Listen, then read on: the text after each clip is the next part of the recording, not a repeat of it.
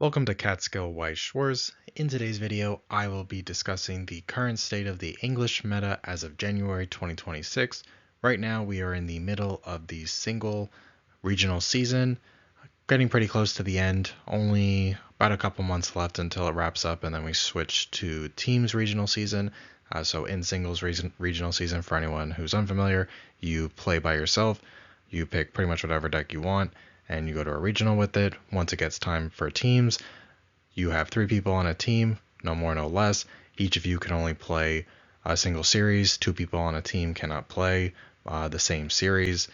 So those formats tend to be a little more diverse. But right now we're in the middle of the singles format, and so far I think it's a pretty solid format. There are clearly some decks that are just at the top of the food chain. Maybe a couple of surprises have popped up, but I definitely think this is a more diverse format than we have seen in terms of topping decks, at least in some time. There are definitely some decks that see a lot of representation when you just look at the overall number of people that are playing certain sets. However, when we look at actual tops, while there are clearly decks that are dominating, we do see some pretty unique things getting in there. And Bushiroad has been pretty good this season with releasing full deck lists for it seems like anyone who enters a tournament, as well as giving their records so we know how many wins that they got, which has been incredibly helpful this season. So we can really see exactly what's being played and just as importantly, how well it is doing in the current format. So in this video, I will be making a tier list where I look at various tiers and discuss which decks I think belong at the top of the tier list, which are in the middle, which are at the bottom. If anyone's familiar with the online Weiss groups, this is something that happens already. There's a community tier list that goes around every once in a while where people in the community will get to vote on which decks they think are the best of the format and put them into different tiers. The most recent community tier list was a more curated list that I believe was based on decks that were already, how well they were already topping, or how much they were being represented, that sort of thing, rather than just what's been done in the past where people from the community could pretty much vote on almost anything, and pretty much anything can make its way onto the tier list. I will be discussing things a bit more in depth and including a lot of decks and sets that weren't on the community tier list, just because I think there's a lot of really good stuff. I think this format is definitely not an open format. There are clearly some decks that you have a much better shot of doing well if you are playing them, but I also think modern Weiss generally has been pretty good in terms of just printing decks that as long as they're dealing damage, they have plussing combos, and sometimes that's all you need to win. And maybe there are people who don't like the sets that I would say are tier 1, tier 2, and they just want to play maybe sets that aren't quite as good but are still perfectly playable at a regional level if you go in with maybe some more tempered expectations, and they just want to play these other series because they like the IPs, that sort of thing. So I will be talking about why I think each set or each deck from a set belongs in a specific tier, and just giving my overall thoughts on each tier and just overall thoughts on the meta. So without further ado, let's get into it. So this tier list is only going to be applied specifically to the singles regional season. Team regionals restrict each team so that no 2 players on a team, like I said before, may play the same set. So when it's team season, we do tend to see a bit more variety in terms of the decks that are on the top cut list, just because you can't just bog down one team just full of Bunny Girl or Bane Dream or that sort of thing. There does, by definition of the rules, need to be a little more diversity on it. So we do see some cool things topping, things that maybe would have a harder time topping during a single season like the one we're currently in. That does not mean those decks are necessarily bad. It just means that when it comes to a large tournament, when you're playing maybe 6, 7, 8 rounds, the sets that tend to be at the higher end of the tier list, they just are a bit more consistent on how well they can close out wins consistently throughout a tournament. However, I will say that aside from maybe the last couple of picks at the very bottom of tier 5, here we have tiers 1 through 5, 1 being the best, 5 being the worst. I think everything here is a pretty modern set. I don't think anything's older than maybe 3 or 4 years old or so. Modern Weiss is generally decent enough where, especially at a locals level, you could just take just about any modern set or relatively modern set, and you could go up against the absolute best deck in the format. And while you're probably going to be at a disadvantage, you absolutely can beat that deck. Weiss is a game that it's a combination of skill and luck. I definitely think skill is a bigger thing than luck, but sometimes you just are a lot better than your opponent, or maybe you just cancel a bit more than you should have, or there's a good balance. The only real issue is when you're playing 6, 7, 8 rounds straight and you really can't afford any losses, because Weiss is very, very unforgiving when it comes to how many people get to make top cut. Pretty much you have to have like an X1 record or better generally in order to make top cut. I have gone X2 at many regionals at this point, and I've always just missed the cut, just barely. Bushy Road, about a year or so ago, year and a half ago, they did revise it so that it's a little bit easier. They expanded top cut. It used to just be top 8. Now it can be up to top 32, I think, based on attendance. I don't think we always reach those numbers or very often get close to those numbers, but it is a little bit easier, especially for top 16. But it still can be a little bit unforgiving, which can stink in a game like Weiss, where there sometimes just is an element of luck involved. You could be playing the absolute best deck, and if you just open up with 6 out of your 8 climaxes by the time you draw for your first turn, well, you're going to be in a really tough spot, and you're going to be playing from behind the whole game. This can also apply the other way. Sometimes, though, just going in there with a good deck that can just plus you cards, burn through your deck when you're in a bad deck state, and just have finishers that deal consistent damage for reasonable enough cost. Maybe it has some utility or defensive tools. I think those sets, even if they are ranked lower on this list, can compete with the higher end tier 1, tier 2 types of decks. And I think this format does allow, with modern sets, there are a lot of decks that could do well if people were playing them before. Like I talked about briefly earlier, there are a lot of sets that people don't seem to be playing at all, which is fine. Doesn't mean those sets are bad, just means people aren't playing them. People often during single season gravitate a bit more towards the decks that are known to be the best decks of the format, and they have a bit more fun during the teams season when they are forced to diversify their deck list a little bit. And so I think a lot of the decks on this list, while they may not have even been represented in regionals, even big regionals, in terms of anyone playing them whatsoever, let alone topping with them, I do think that if someone did take them, they could feel reasonably good about themselves, knowing that while maybe their deck lacks in certain areas compared to the tier 1 decks, their deck is certainly not bad, and they could absolutely perform. So before I get into tier 1, I'm just going to describe what I think a tier 1 deck needs in order to make it to tier 1. Tier 1 is for decks that I think have and will consistently top. These decks most likely have high representation. You can even argue that they're overrepresented at the regionals we've seen this season. But whether they're overrepresented or not, make no mistake, these are the best decks of the format. They have a lot going for them. Even if not many people were taking them to regionals this season, they would still consistently top as long as the player was a good player, just because they do a lot right. They're very powerful, and they're just really great decks. My tier 1 is I think it's basically exactly the same as the tier 1 that the community tier list voted on. And that is, in tier 1 I have Bane Dream with Bar/X, X being one of 3 finishers most likely for Bane Dream, then Overlord, then Nikkei. I have them in that same order. I do think Bane Dream is the best deck of the format. There's a reason why Bar is always seen as the level 1 combo, this specific Bar combo. While I think the new Bane Dream Ab Musica My Go set has multiple good level 3 combos, particularly the Dolores and the Tamori level 3 combo. There is also the Tamori Anon Restander Clockhead combo that is still perfectly good and has topped a good chunk. I think the level 1 Bar combo there's a reason why we see every topping Bane Dream list, regardless of what level 3 combo they're playing, they are playing this level 1. It is such a ridiculous plussing level 1 combo.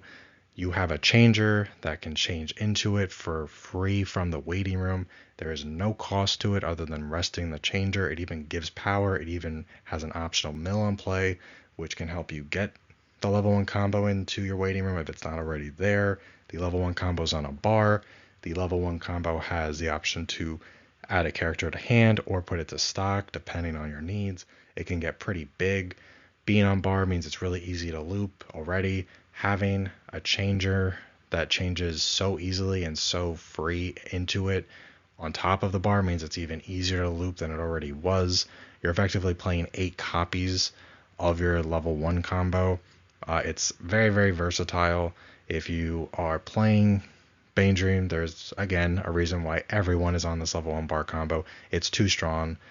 The changer probably should never have been printed. It probably shouldn't have been printed on a bar. There's just a lot going for the set. There is a reason why it's number 1. For its level 3 combos, people started the format very heavily favoring the Dolores level 3, which for anyone who doesn't know is on attack, pay 1, ditch 1. Then it gets cancel burn. It burns if the damage it deals is canceled. It burns the same amount that was canceled, and then it passes that ability to another character. And this passing of the abilities can stack between multiple copies of Dolores. So you pass cancel burn to a second copy of Dolores. That second Dolores will have its own cancel burn plus the cancel burn it inherited from the first one. And if that one cancels, then you pass 2 instances of cancel burn to another Dolores or to an all finisher. It's very easy for the deck to start doing big damage. However, that finisher can be a little, in my opinion, a little difficult because it's you kind of need your opponent to cancel on the swing and then eat everything else. So you need them to cancel at just the right time, and sometimes your opponent's deck state doesn't allow that. And if you miss on the first instance of cancel burn, you really start losing momentum very quickly because now you basically, sure, you might have stuck 3 or 4, but you are not snowballing the cancel burn effects onto other characters. It's still a very, very great finisher, but people have moved away from it. I think right now may not be the best format for it. People seem largely to have started moving towards the Tamori Anon clock kick restander thing, which gives you, I believe, 5 attacks and 3 clock kicks, assuming you get reverses in all 3 lanes every time. It's a very, very good combo. It takes a little bit of setup, but it's worth it. It's a very strong combo, has some good support behind it. Then there's the Tamori, which is a self-icy tail for 4, and then you burn 2 for every climax that you mill. Or you can just heal 2 instead, not heal 1, heal 2. And when you play the climax, it searches for 2 characters from your deck to feel its own cost. There's a lot of really great stuff at level 3 for Bane Dream. There's good all finishers. Even if you restrict yourself to just the My Go Ab Musica card pool, there are a lot of really great cards in the set at every single level, in every color. The set just has so much going for it. There is a reason why at most regionals we are seeing Bane Dream be the highest, the series that has the most representation, if not at all regionals. It's just really, really great.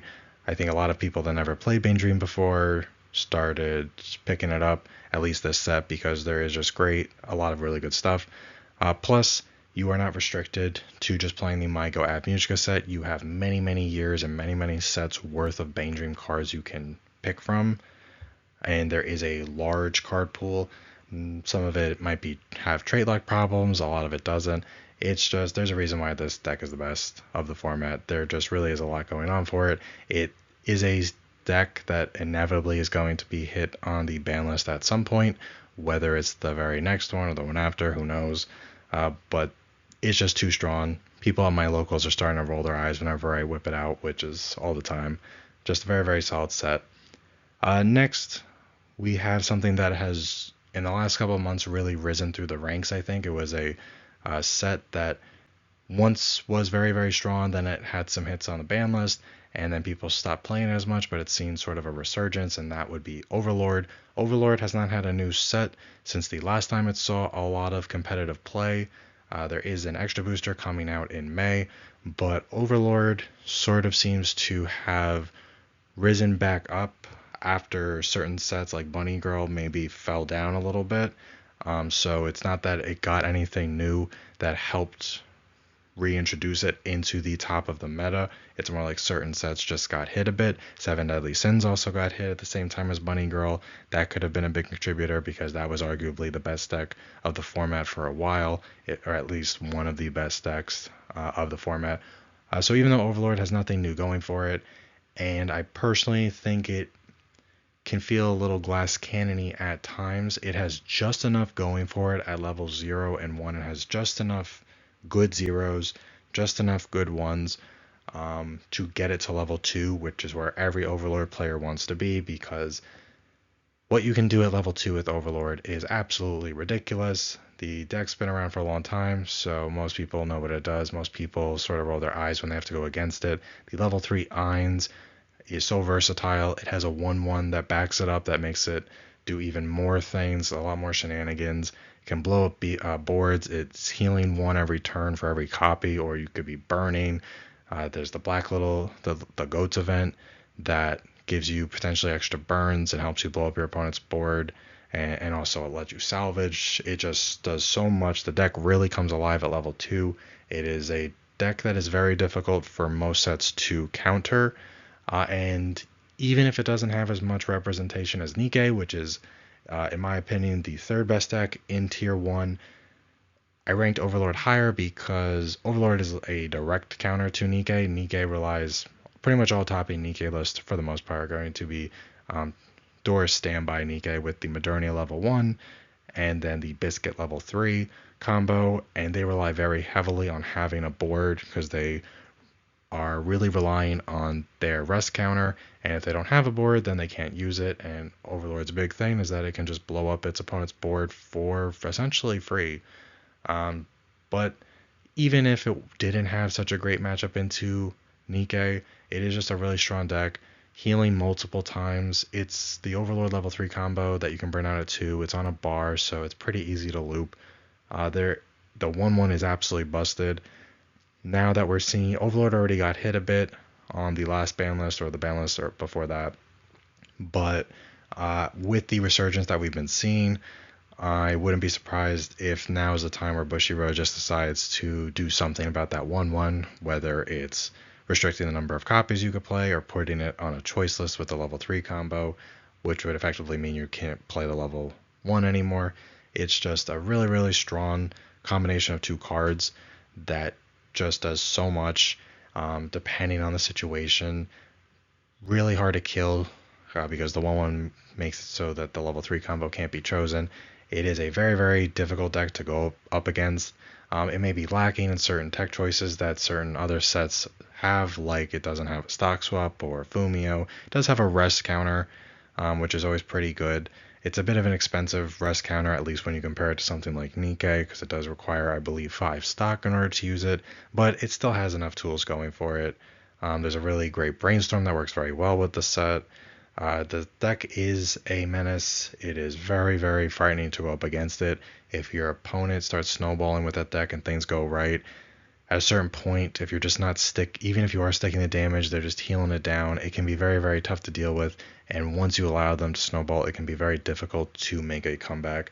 I guess Overlord's biggest weakness is that they are often burning through a lot of stock in order to do all of their things.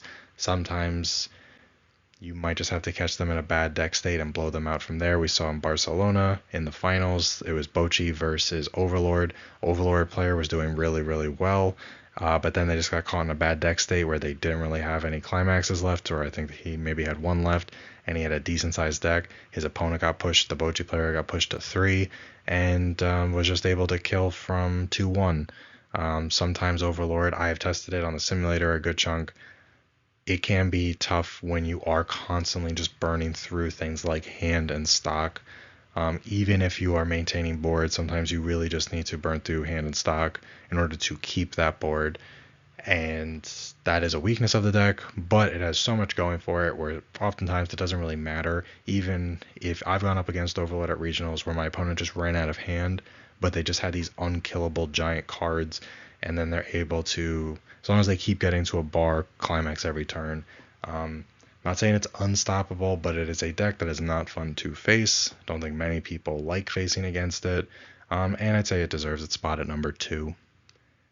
In third place in our tier 1, we have Nikkei. Nikkei also sees a ton of representation. A lot of people own Nikkei. A lot of people bought into it. A lot of people are playing it. Door Standby is pretty much the list that we see top the most. It did win. Maybe it was the first regional in America for the season. Definitely won an early regional, and it was just a standard Door Standby list. It's an oldie but a goodie at this point. It has a fantastic level 0 game, a great level 1 game. It does things at level 2 that are good. Its level 3 game is still good. The only thing it's really lacking is a proper finisher. It does have Biscuit, which is what people are playing, but a lot of people who are playing the Standby Biscuit, a lot of people might be playing the Standby and they're playing maybe 1 or 2 copies of their level 3 combo, which is something you just don't see often. And that's because Nikkei really is not relying on actually using the Biscuit to close out games. It's just generating a ton of resources with its level 1 Modernia. It's just maintaining board. The Modernia sit really big. It has a rest counter that is essentially free, that it's threatening as soon as it gets to 3. It has a lot of really good stuff going for it. It does have some other utility. There are a lot of options in Nikkei, and lots of people own it, so it does see high representation.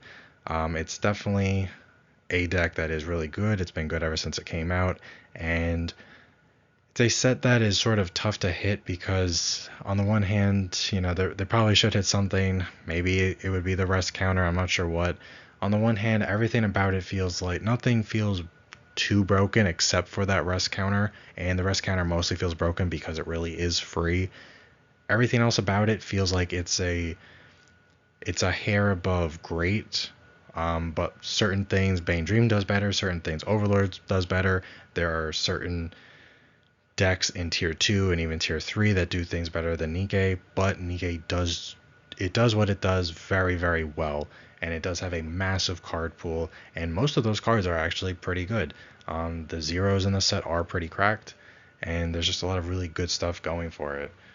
So definitely we see this top a lot. We saw it top a lot during the last team season. We've seen it top a lot and win a lot during the current singles season, and until something drastic happens with the meta, whether it's a ban list or new sets coming out, the next big set we have coming out that would shake up the meta is probably just going to be Oshi 2, but until something like that happens, I predict that Nikkei is just going to keep its place in tier 1.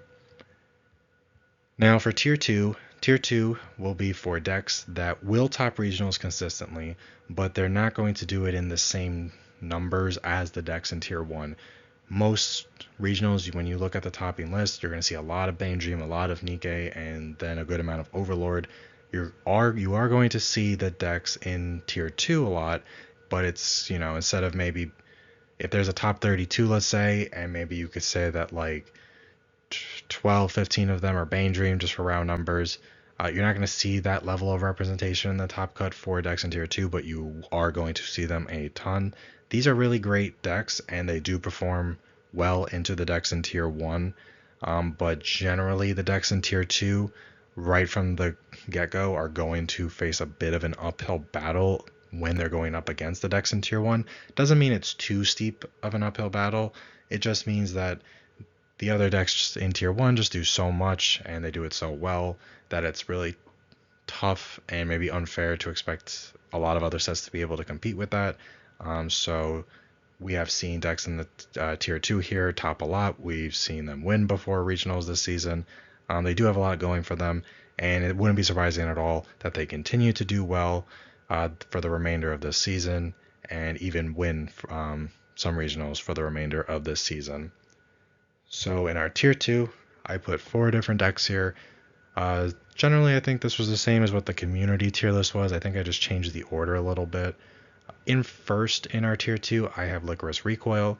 Licorice Recoil did, I think it was 2 or 3 months ago, it did win a regional in America, and it sees a decent number of tops from a representation that's definitely smaller than something like Nikkei or Bane Dream or Hololive. The deck is really great. The reason Why it's even able to make it on this list at all is because the premium booster that came out in June of 2025 gave it so many tools that it desperately needed. The end game is still the same as from when the first booster set came out back in 2024. Still playing the same dual Chisato Takina combo, which is a restander with some mills and burn ones on attack. The set has a lot going for it now at every single level. It already had good zeros, now it has even better zeros. It has multiple good combos at level 1. On here it says 8 door, but there is a pants level 1 combo that is perfectly fine, but there are multiple door level 1 combos that see a lot of play and see a lot of success. It all depends on personal preference for what you're looking for out of your level 1 combo, but there are many good options. You got a lot of really great tech cards at 2. You got some decent early play healers. You've got multiple bounce options. You've got a relatively cheap stock shuffler that also does something else. There is a lot to like at level 2. And then level 3, you've got some cool stuff. Most notably, a card that was designed to make this deck, at least the main level 3 combo, as great as humanly possible. And it seems like the card did that because Licorice has some very, very consistent representation when it comes to top cuts at many of the regionals we've seen this season. It's not the most explosive finisher, especially when you're comparing it to something like pretty much any of the finishers from Bane Dream. But its finisher is definitely a better finisher in terms of closing out games than I would say Overlord or Nikke. It does counter Nikke very well. Overlord can be a bit tricky, but Overlord and Nikke really aren't playing to close out the game. They're playing to control the game and kill you when they are ready. And they're not necessarily killing you from a high range. Licorice Recoil can get there. It's not something that's necessarily going to be able to kill you from 2-0 or anything like that, but your opponent doesn't have to be 3 for you to kill them with Licorice Recoil. It's a fun set. There is a lot to do. Very enjoyable. Not surprising that it tops so much. In second place for Tier 2, I've got 8 Standby Hololive. Now, I've tested this deck a lot. It's never really been my cup of tea. I guess I could see where the hype is. It was hit at one point. They did a little bit of a choice list with the Mio Drop Searcher, which was a ridiculous drop searcher. It was on play on death, and it looked at 2. Very, very good card. And so once that choice list happened, 8 Standby Hololive started slowly disappearing from the meta bit by bit. With the last ban list, it seems like now enough has been hit where it has gone back up. We do see a lot of representation from it. I did not sit down and actually add up how many Hololive lists that were topping were on 8 Standby versus either Gura or Maureen. But when I look at the top list, I am seeing a ton of 8 Standby Hololive. It has the entire Hololive card pool at its disposal, which is one of the best card pools in the game. There are so many cards in Hololive between all of its sets, and while there are, of course, some fillers in there, a lot of them are really great. You have a lot of great options at every single level. The Luna is a pretty annoying thing to deal with once they get it on board. It is not the most explosive or the flashiest of decks that are in the top 3 tiers, I would say, but it does what it does very well. Next up, have Bunny Girl, which I put ahead of Slime. Bunny Girl has only one hit on the choice list. This was the dominant deck when it came out during team season. They hit it very quickly, especially by Bushiroad standards, which they often let decks that are like tier 1 and above sort of have a bit of a longer reign before hitting them. But they hit the My 8-door deck pretty quickly. They limited the level 3 combo to 2 copies per deck. That was the only hit that they did. So the rest of the deck is exactly the same. You just needed 2 cards now to add in to replace those 2 missing level 3 combos. And luckily, Bunny Girl does have some options that sort of fill that role. There's a couple of off finishers you could be playing that aren't too high of a cost or something like that. So the shell of Bunny Girl is the same. The reason why, when I was ranking this, I had sort of a tough time deciding if this should be even this high to begin with. And that's not because the deck is necessarily bad. 2 Mai's can absolutely close out a game. Oftentimes when I was playing full power Bunny Girl, I would win by the time the second Bunny Girl did her thing. I wouldn't even need the 3rd copy. The issue is really more of a consistency issue. Sometimes you're Level 3 combos are just going to get stuck in stock early on. They're going to be stuck in your clock. And when you basically need 2 copies in order to win or have a better chance at winning, if they really do get stuck somewhere where you can't grab them, you can't afford to pay the stock out, you're in a position where you can't get it out of your clock right at the moment you need it, that can really mess up your game. But if that doesn't happen and you are able to grab it, the deck performs fantastic. It still has every other single card at its disposal since nothing else was hit. We do still see it top. It's not topping the same numbers as before the hit, and I think that is largely not because of a lack of power. It is its consistency did take a hit, and that is the real issue. But we still see its top because 2 Mai's on the board can oftentimes just mean that they're closing out your opponent from, it could be mid 2, even with 2 bunny girls. Really depends on how the climaxes are stacked. But it's still a very solid set. It's got another set coming to Japanese. I'm sure we'll get it at some point in English. Maybe then it'll get back to tier 1. Lastly, in tier 2, I have Slime, which has made a resurgence this season.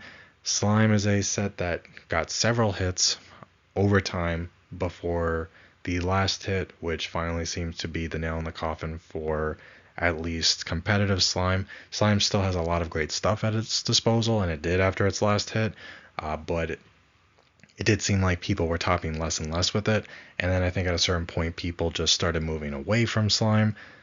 Slime has not had any restrictions lifted off of the ban list, so the full ban list is still in effect for it. Its biggest weakness, though, is that it still doesn't have a level 3 game, so it does a lot of really great stuff at 0. It does have multiple. There's a reason why on this thing it says X pans. Everyone who's playing Slime is playing Miron. Miron is just too strong. She is still a fantastic level 2 combo. Really, really busted broken combo. The level 1 combo doesn't really matter so much. It's really up to player's preference. Some people do a door Rimuru combo. Some people do the standby level 1 Rimuru combo. Some people do 8 pants with the level 0 Rimuru combo that doesn't plus you a ton, but pluses you a little bit. It's really up to the actual player, but it does have, after 3 sets, just so much going for it at level 0, at 1, at 2 with the Mirons, with the Shuna, making everything untouchable. It has a pretty decent matchup into Overlord. It's just got a lot going for it. It just sort of, I don't want to say it falls apart at level 3, but it feels like you are just snowballing so much as you go from level 0 to level 1, and especially with level 2 with Slime. But once you do get to level 3, it does kind of feel like you've already hit your peak, and now your game isn't going as smoothly as it was before. You really just play all finishers, many Overlord lists. Slime lists. They're not playing an actual level 3 combo. Now, fortunately for Slime, there are multiple good options at level 3 for all finishers. The biggest issue with them is not that they don't exist, and not that they're expensive in a way where you couldn't do a tri-field of them or anything like that. It's mostly that they are a bit muted. Being off finishers, most off finishers are not going to be as explosive as an actual level 3 combo.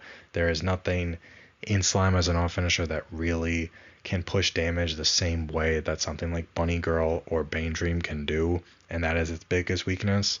But it's still not bad. It does have a level 0 stock swap, which is fantastic, and really just every sort of profile you could possibly want from a set between levels 0 and 2, and even has a ton of stuff at 3.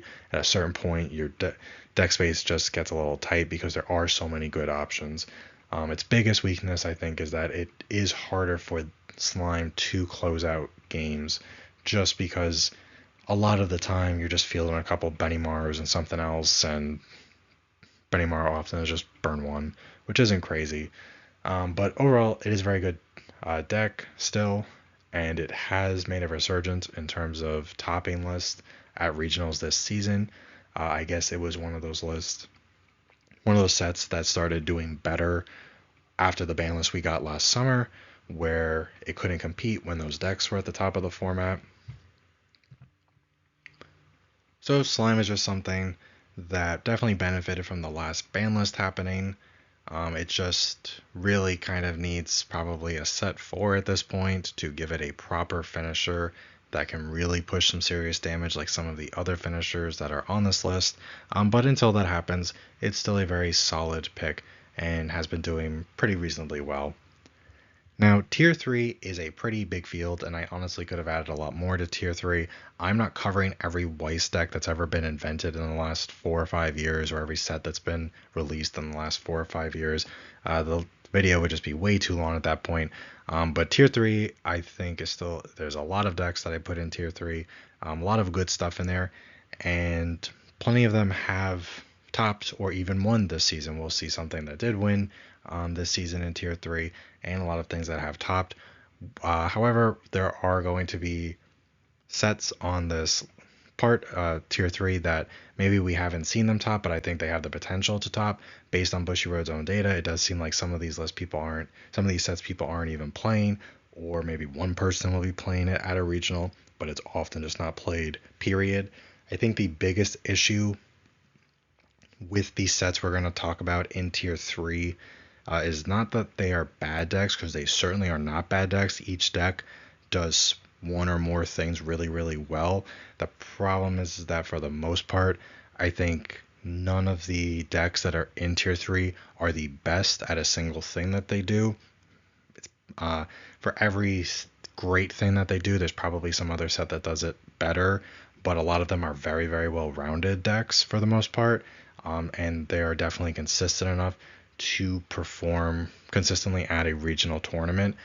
You are still facing an uphill battle when you're playing something in Tier 3 and you're going up against Bane Dream or Overlord or Nikke, and you're playing something, I think, from Tier 3. If you're at a locals level, wouldn't be surprised at all if someone was able to play anything from Tier 3 and just play against Bane Dream 4 times at a locals and win 4 times that night. But at a regional, stakes are a little bit higher. People get a little more stressed, affects their playing.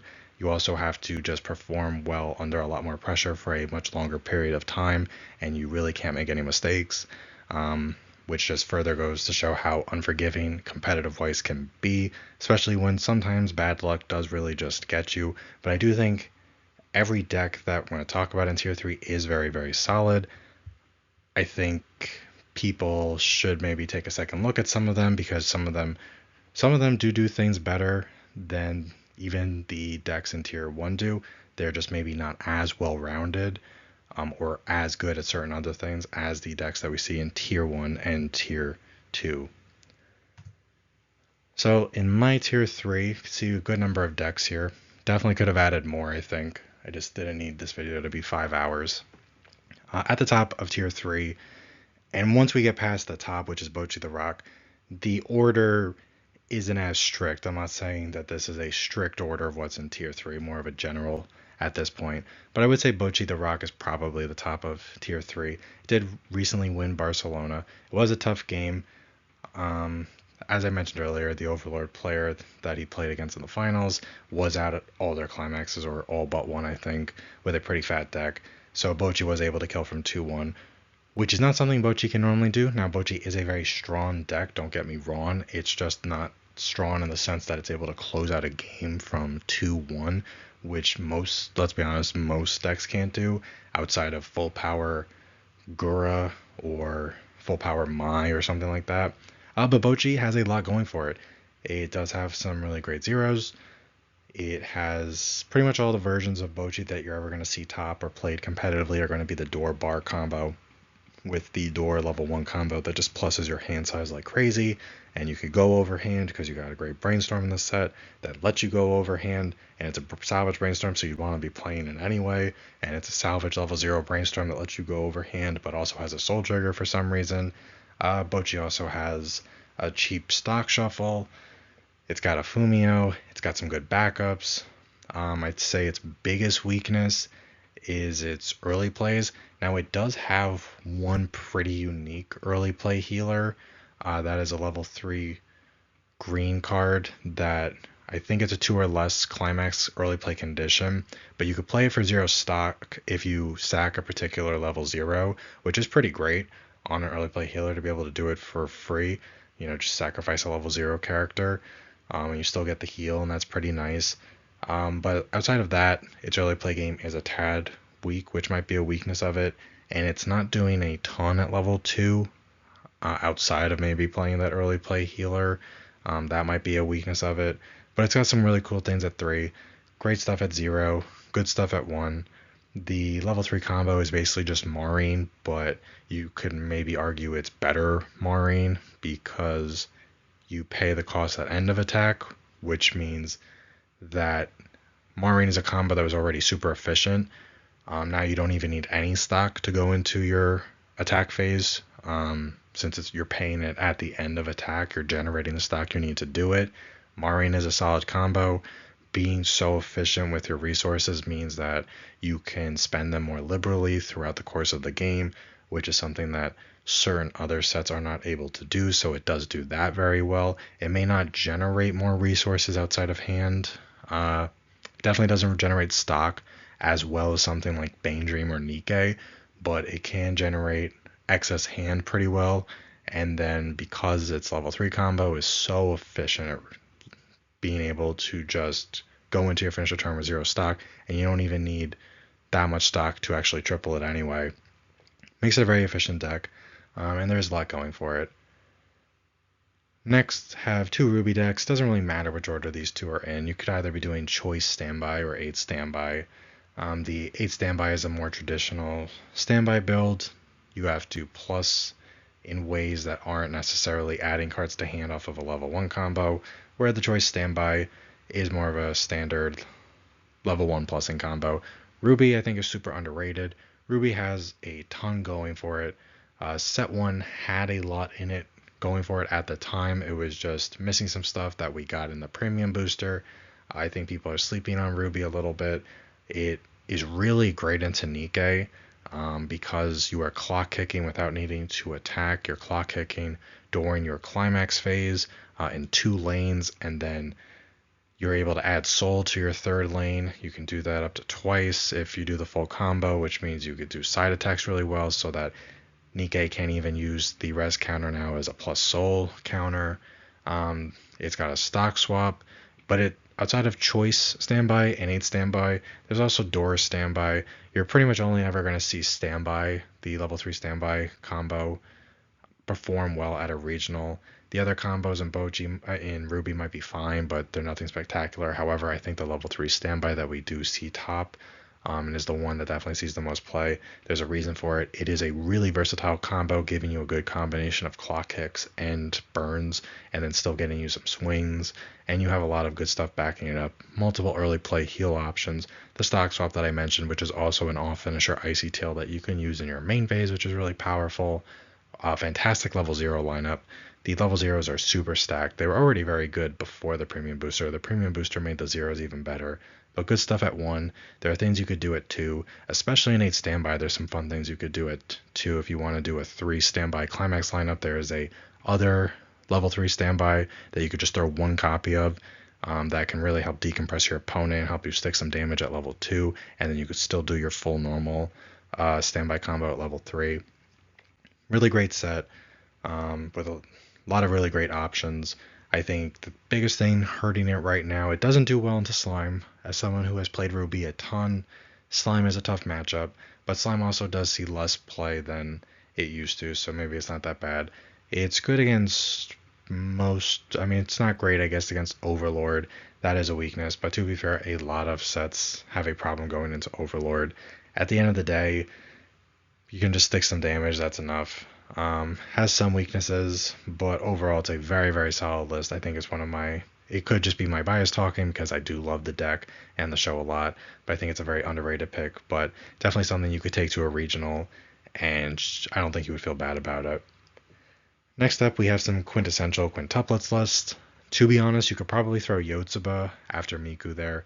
I just didn't have an icon for Yotsuba, and I wasn't going to make one.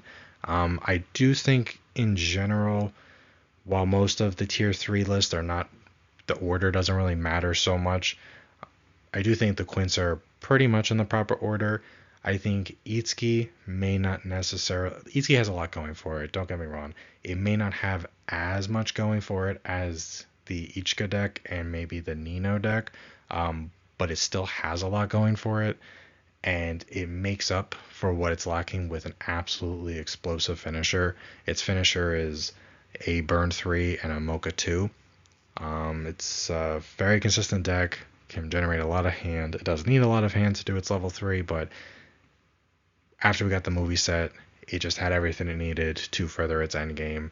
Very, very good deck. I think its biggest weakness is that at level 1, you're not just looking for your level 1 combo, you're also looking for some other pieces. Like there are some level 0s in Quints that give you plus hand size, and you sort of need them before going into your level 1 combo if you really, that way you can go overhand, and it's very important that in this deck you are constantly overhand because your level 3 requires a ditch 3. So sometimes, as someone who has played Itsuki at regionals more than once and has played it a ton just at locals, while I love it, sometimes the game just, you get rushed a little bit too much. And then once you start getting rushed and you're not generating the stock you need, you don't have any spare stock to use, and then you can't use it on other things. That is sort of a weakness of it. So something like Bane Drain that is constantly slamming a climax every single turn, or Slime or something like that, can be a little bit of a tough matchup if they rush you and you're not canceling that well. Because then once you start getting a 2, you really can't be spending any stock. You need to get ready for your level 3 game. That's sort of a weakness. But despite those negatives, there's a lot to like about the Itsuki Quints deck. Very, very powerful finisher. Definitely one of my favorite finishers that's on this list at all. Very strong. I've played it well at regionals. Enjoyed it a lot. Then I have Ichika. Ichika's finisher is not anywhere near as good, I think, as the Itsuki one, but it's still a very strong finisher. We did see Ichika do very well started at regionals a few months after the movie set's release. Ichika at this point, I would say you could argue that Ichika has the best cards in the entire Quints card pool. She has so much going for her at every single level.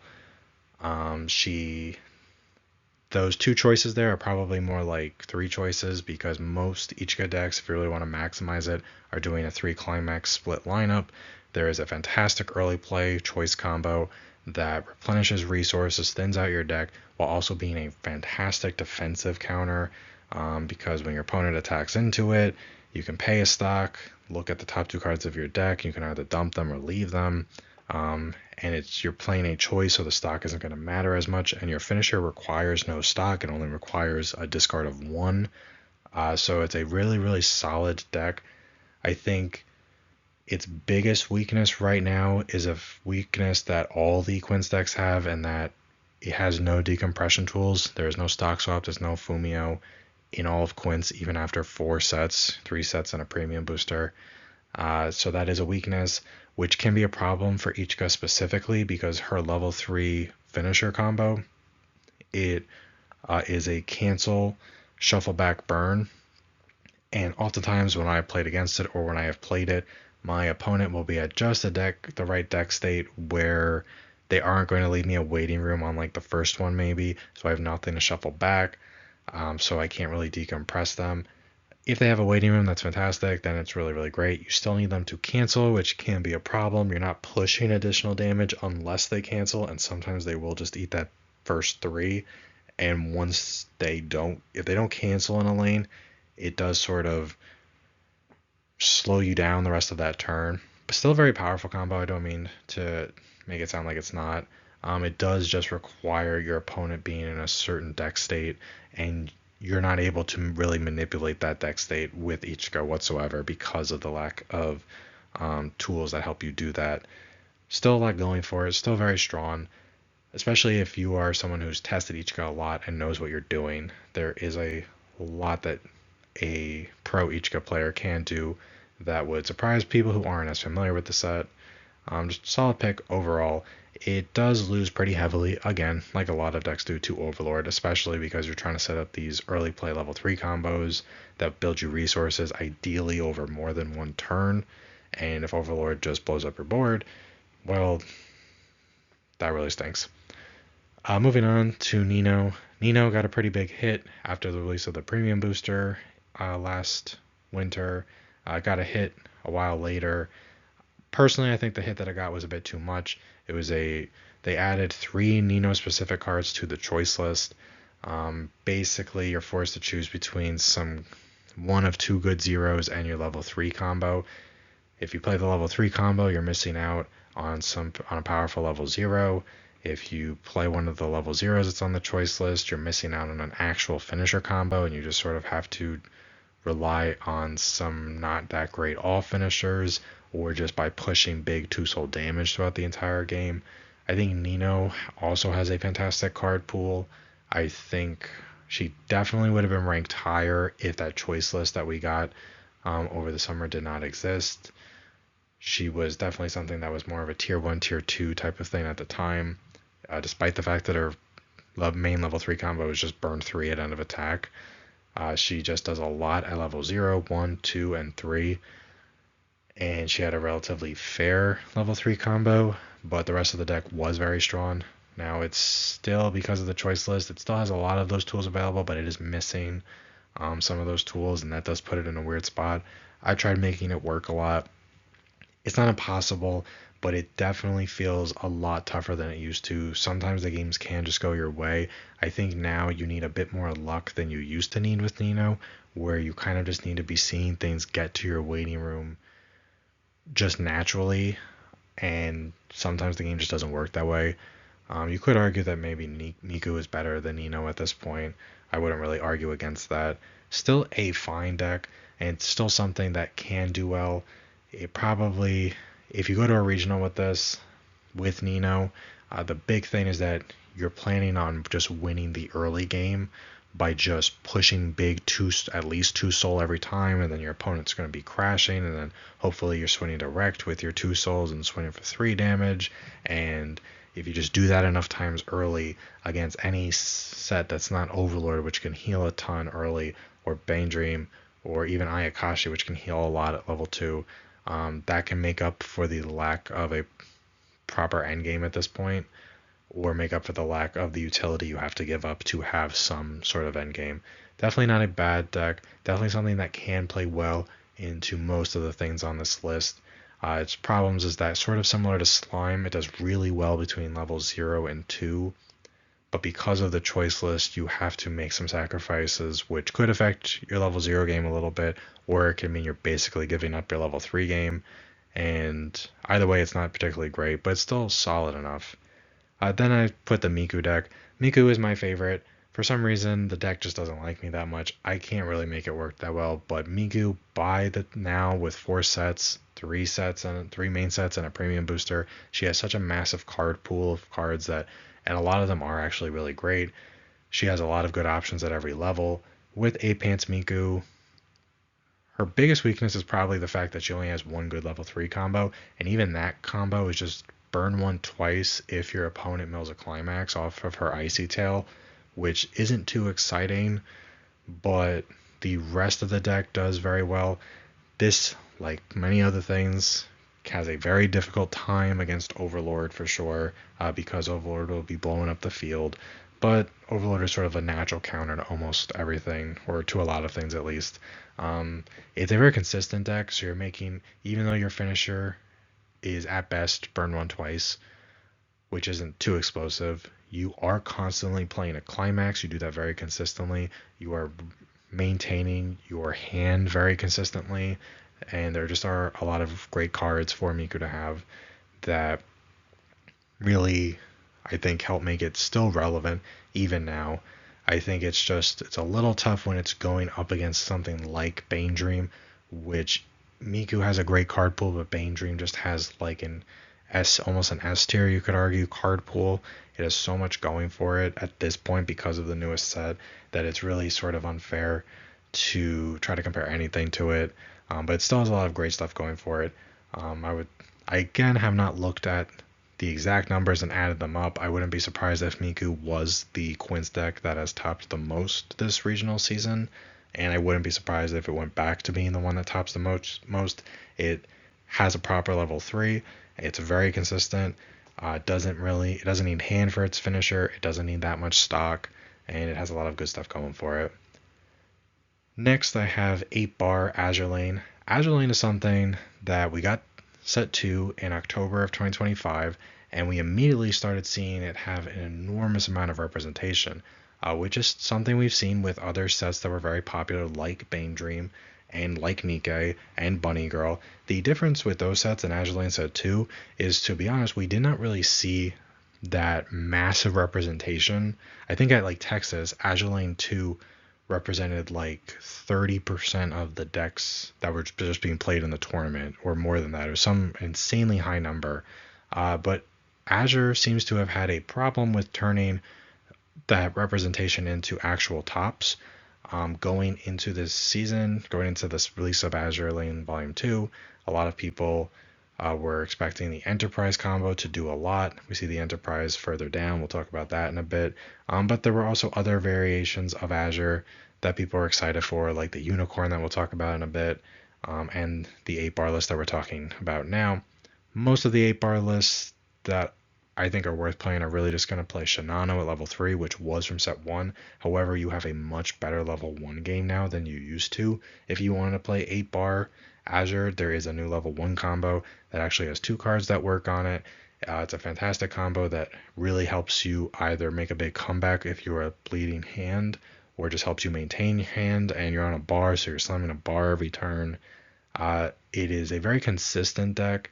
Having double Shinano, and from my experience at least, 2 Shinanos and the level 3 off finisher, Restander, Kronstadt, that can just close out games super quickly. You're pushing damage throughout the whole game because ideally you're just playing a bar every turn as soon as you hit level 1. So you're pushing extra damage that way. If you're playing cats, you're pushing extra soul at level 0. By now, since we have Volume 2, there's a lot of really cool utility in Azure Lane. It just has a lot going for it. I think it's not the most explosive 8-bar. It's not the most explosive finisher compared to some of the things we see in Bane Dream, or Bunny Girl, or even like Ruby or something like that. It is basically burn 1. Ideally, you're burning 1 a bunch of times, but you're doing it very consistently. It's a fun deck. It's definitely very good. When I was going into this season, if I had to rank things, I would have put the Enterprise deck, because I was looking forward to that a lot. I would have probably put it somewhere in tier 1 or at the top of tier 2. I did not expect that I would put this so low, but the Enterprise deck specifically, and I would not have thought that I would have ranked the 8-bar Azure Lane list higher than Enterprise. But after playing bunch of variations of Azure with all the new stuff, and combining it with the stuff from set 1, it's just pretty obvious that it just does a lot, and it's the most consistent by far. You basically just slam Climax, add cards to hand, and then hope you kill your opponent.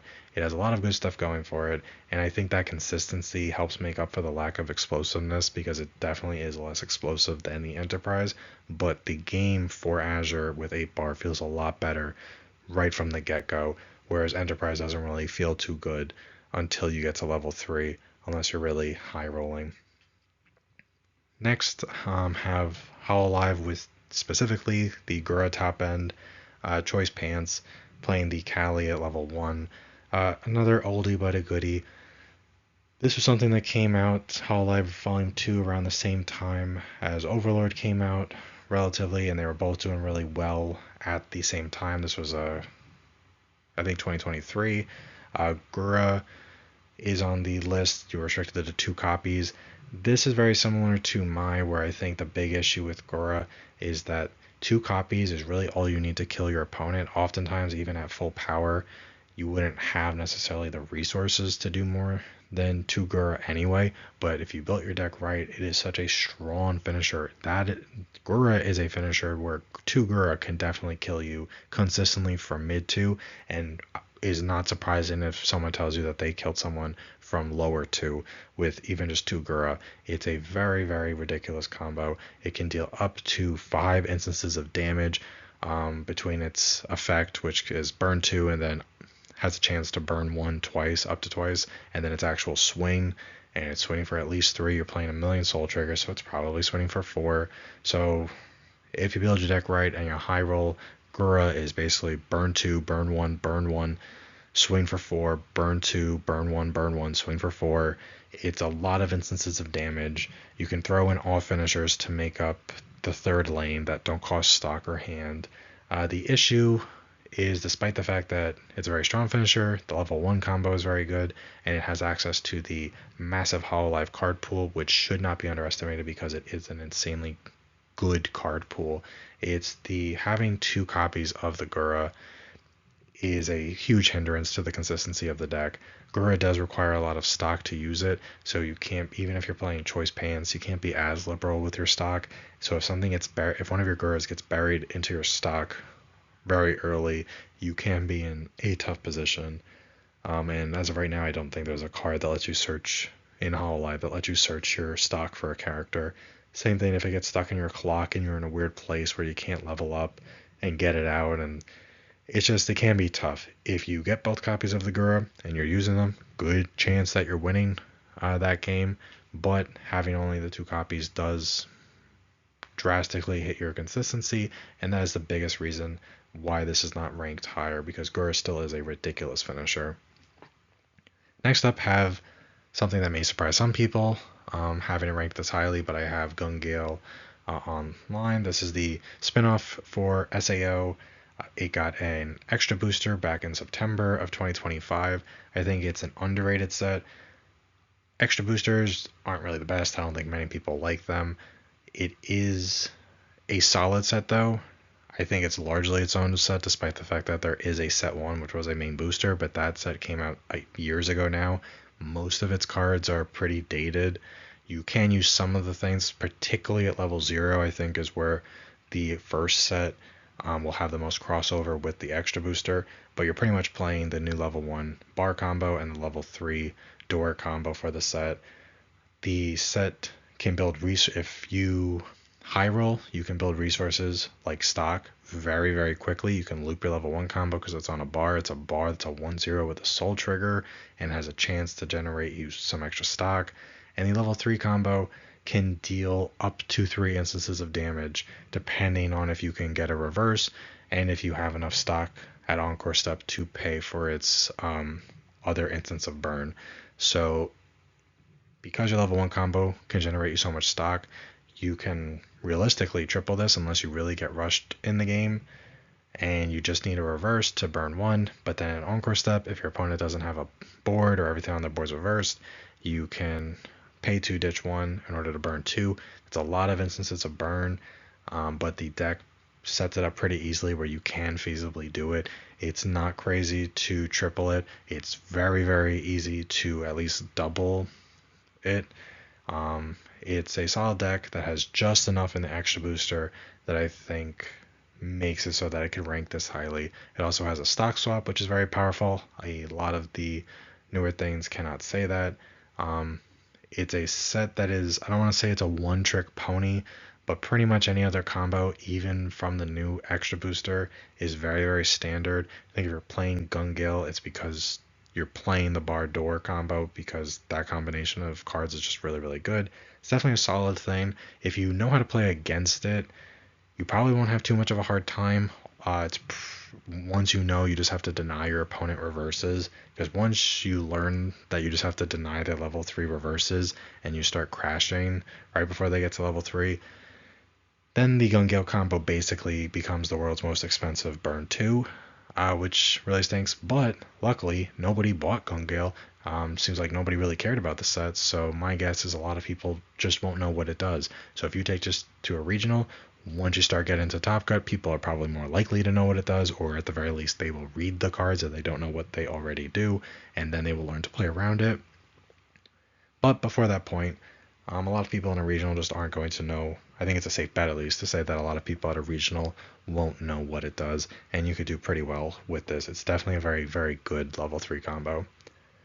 Next, I have the Standby Choice Azure Lane list. This is the Unicorn top end that we got in Volume 2, which is on attack.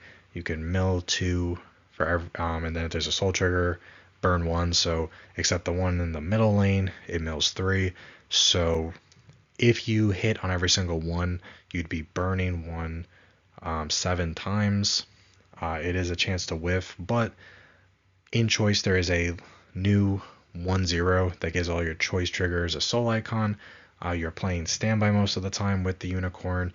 Oftentimes people will do 6 to 7 standby in one choice and just shove a whole bunch of soul triggers into the deck so that you minimize the chances of whiffing. The finisher requires no cost, whether it's hand or stock, and it adds a card on play to hand, but it's so you only need six stock up front in order to triple it, which means that you could very easily have some stock in hand left over to do a Unicorn Brainstorm, which is a burn and a heal at Encore Step, just in case you need even more burn. It can whiff, but I've also gone up against this and nearly lost from 2-4 because my opponent just didn't whiff at all, and the ones kept sniping climaxes. So it is something that can be powerful. I think I would argue, just looking at lists, it's the Azure list that maybe has done the best this season since release. It's not my favorite Azure lane set, but I do think it can be a very good choice going into the meta. It doesn't care as much about something like Overlord. It is something, though, that can, just by the fact of how much you are pushing Soul throughout the course of the game, and if you get lucky and snipe some climaxes with all of those burn ones that you should be doing once you get to level 3, where you just really need to snipe a couple of climaxes and you might just steal games because of that. Definitely a solid list, and it does have access to the entire Azure lane card pool, which at this point is pretty formidable. Next, I have the Enterprise 8 Pants list. Enterprise, if we were basing this solely off of finishing power, like how good the level 3 was, I would say that this is easily tier 1. It is a on attack pay 2 ditch 1, trigger check twice. For every blue yellow character, burn 3. So if you triple this Enterprise and you don't whiff on any of your trigger checks, you could be burning 6 times, which is absolutely explosive. The problem with the deck and the reason why it's ranked so low is that after testing it a lot, first of all, we have not seen this really translate into tops very much. I don't want to say if at all, but not a ton, even despite the fact that level 3 is really, really good. It's just that the Enterprise restricting you to only yellow and blue characters isn't the worst thing in the world, but between that and having an 8 stock threshold to triple it, it does make it tough before you get to level 3 from my experience and from the experience I know of some other people. The game just doesn't always go that great. I have tried to do choice pants myself just to get some extra stock so I can spend stock throughout the game. When I'm playing 8 pants, I often feel like I can't afford to spend any stock. If you really are getting cancels at the right times and you don't have to waste resources on brainstorms for deck speed or something like that, it is a very, very excuse me, it can, as long as you cancel at the right time and that sort of thing, and you have a little bit longer in the earlier games, you can quickly start building up the resources you need to meet that 8 stock threshold, and then you can start spending your resources a little more liberally. But sometimes you just get rushed, and it feels really bad in this deck in particular when you do get rushed. It's still a fantastic level 3 combo, but from my experience, it often doesn't feel that great until you actually get to level 3. It can be a bit of an uphill battle regardless of what deck you're facing. So it does make it a little more fragile. I'm going to keep doing some more testing with it, but I don't think I'm alone with that determination, because we really just don't see Enterprise topping a ton, despite how powerful I think most people would agree the Enterprise is. For whatever reason, the deck right now in this current format isn't supporting it enough to consistently get it into top cut, and I think that is its biggest issue. Maybe we will see that change once we get a new list or something. I think realistically, because I have tested it a lot, it would have to be either a drastic list, or we're just going to need an Azure Lane Volume 3 that has some more blue and yellow cards in it that could help make up the difference, because we've got Oshi Volume 2 coming out soon. Once that comes out, the meta is not going to get any easier to beat. That's going to go straight up to tier 1. So right now, Azure, the 8 pants Azure Lane volume, version, or whatever version you're playing with Enterprise, is in for an uphill battle. It's definitely a great finisher and something you can take to regionals, but I think it's something where if you took Enterprise to a regional, more likely than not, you are probably always going to be hitting level 3 first, which can be okay if you're prepared for it, but that's probably just because you're spending so much time trying to grab your specific pieces and build up all the resources, the stock, and the hand you need to do the combo, that you're not going to be able to focus on actually dealing as much damage as your opponent, and using your resources to further that end. Great card, but honestly, I thought about even ranking it lower. If we were ranking it just on Enterprise, it would be tier 1. Deck as a whole, it's got to be this low, unfortunately. Next up, have some Hololive lists. These will specifically, we got 8 door and we've got stock sold door. These lists I'm referring to, for the first one, it's Chloe Maureen and Kanata Maureen. I think at this point, Hololive once again has such a big card pool where you could pretty much just make a pile. If you're just playing Maureen, you just make a pile of other Hololive cards that are good, and you could just have that be in tier 3. There are a lot of good level 1 combos in Hololive. Kanta is a level 2 combo, but she does so much. She's still very strong. Her big weakness is that Overlord is doing better, and because Overlord is doing better, people might play more anti-change counters, and Hololive, unlike Overlord, doesn't really have a way to deal with that. Not at least Kanata Hololive doesn't. But both the 8 door and the stock sold door generate an enormous amount of stock, which Maureen does not even need. However, Hololive has so much great utility that you can just throw in your deck to use that extra stock on. It's got a stock swap. At this point, it has 2 different stock swaps. It also has this fantastic card that works really, really well with the stock swap. It's the, I believe, trial deck Botan from set 1, where on play, I think it's ditch 2, then shuffle back 3 cards into your opponent's deck from their waiting room. Pairing that with a stock swap is devastating if your opponent is almost out, and you just shuffle back 3 climaxes into their deck, and then you stock swap them and you force them to a refresh. Now you sniped a guaranteed 3 climaxes out of their deck because you just put them back and stock swap them.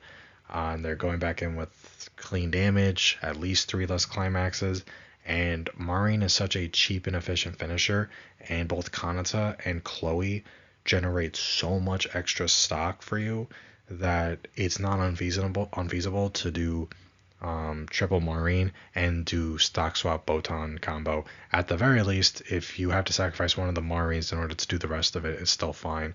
And many games, you could definitely just do triple Maureen and a stock swap. That's perfectly fine too, because the triple Maureen is so resource efficient, and Hololive has so much great utility at any level.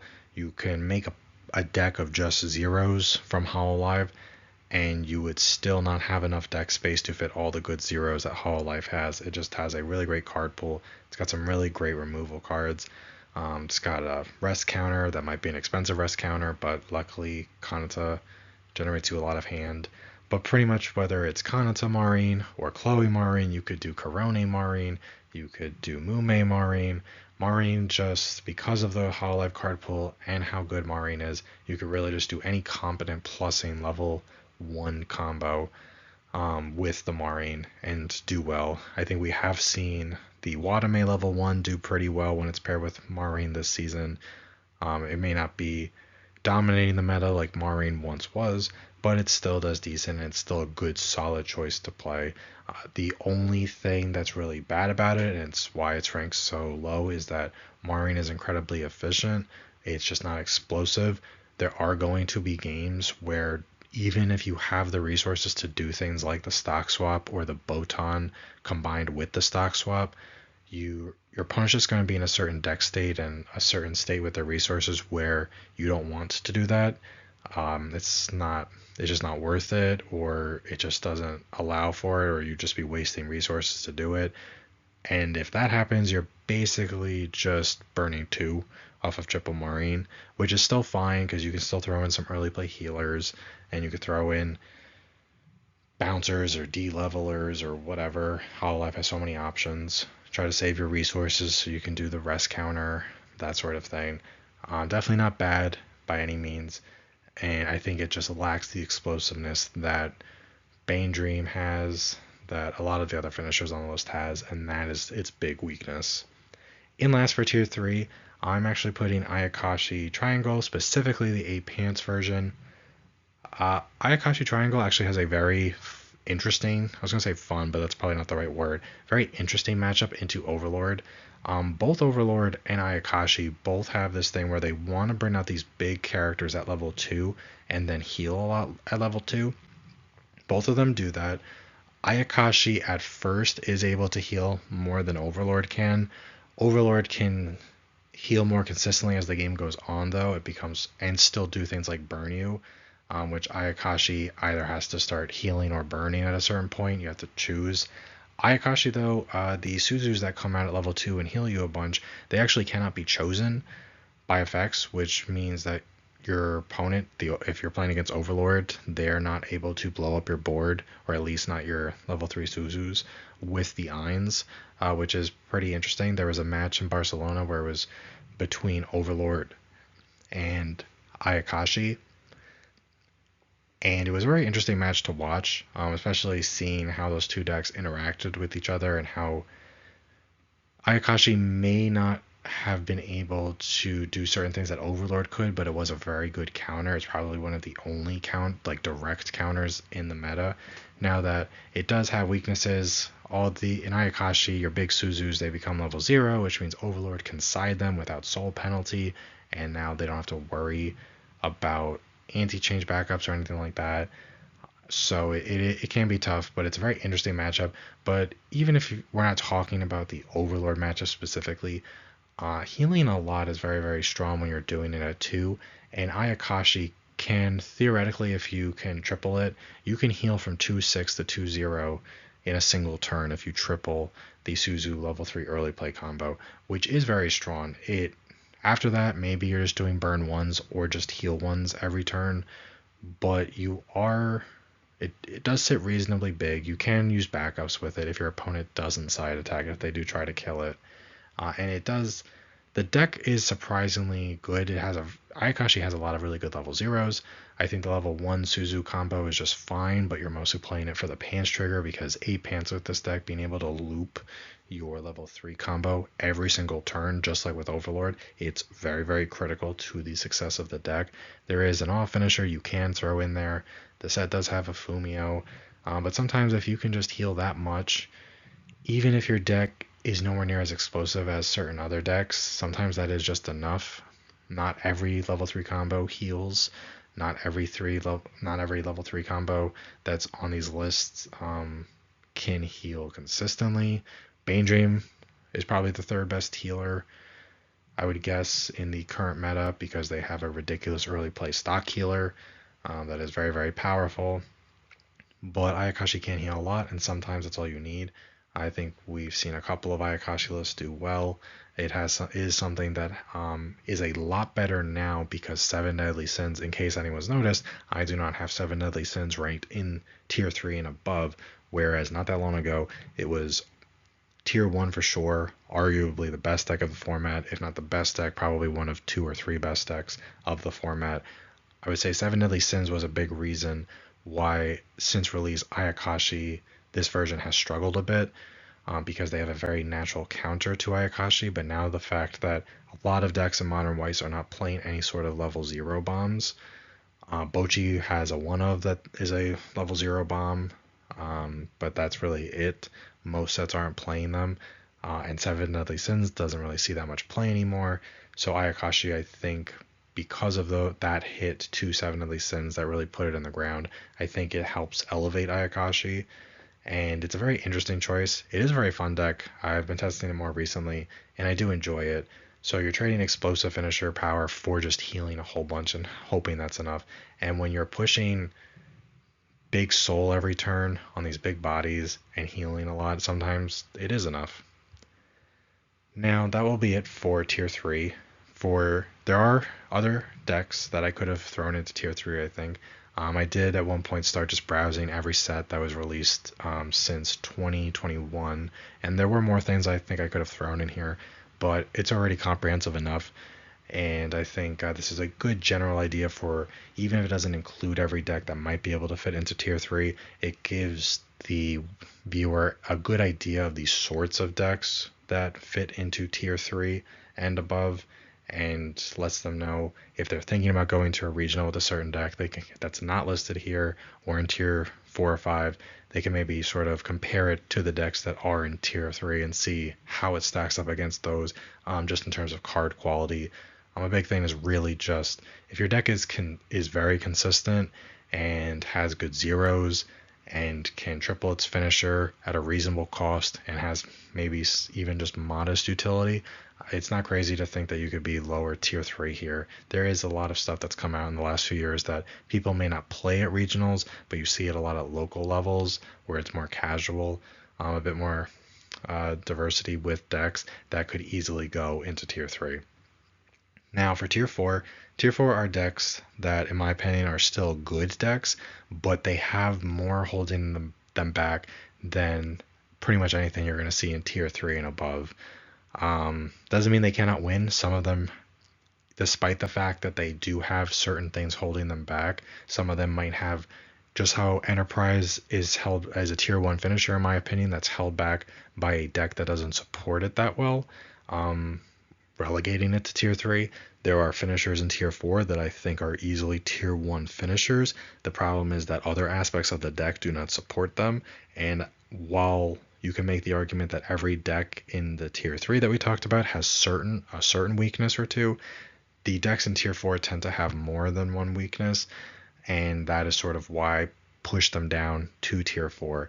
They are decks that I think if people were playing them more, from my research, not a lot of them are seeing a ton of play, and that might be a reason why they're not topping. But even if they were seeing more play, I do think they would struggle definitely more than most of the decks you see in tier 3 when they're going up against something like Bane Dream or Overlord. Doesn't mean they cannot win, because they can. Some of them do have good finishers that could close out games, and they are modern enough and have all of the appropriate modern tools that can do it. The problem is doing it over a long tournament, especially if you're playing in a regional that's like 7 or 8 rounds before Top Cut.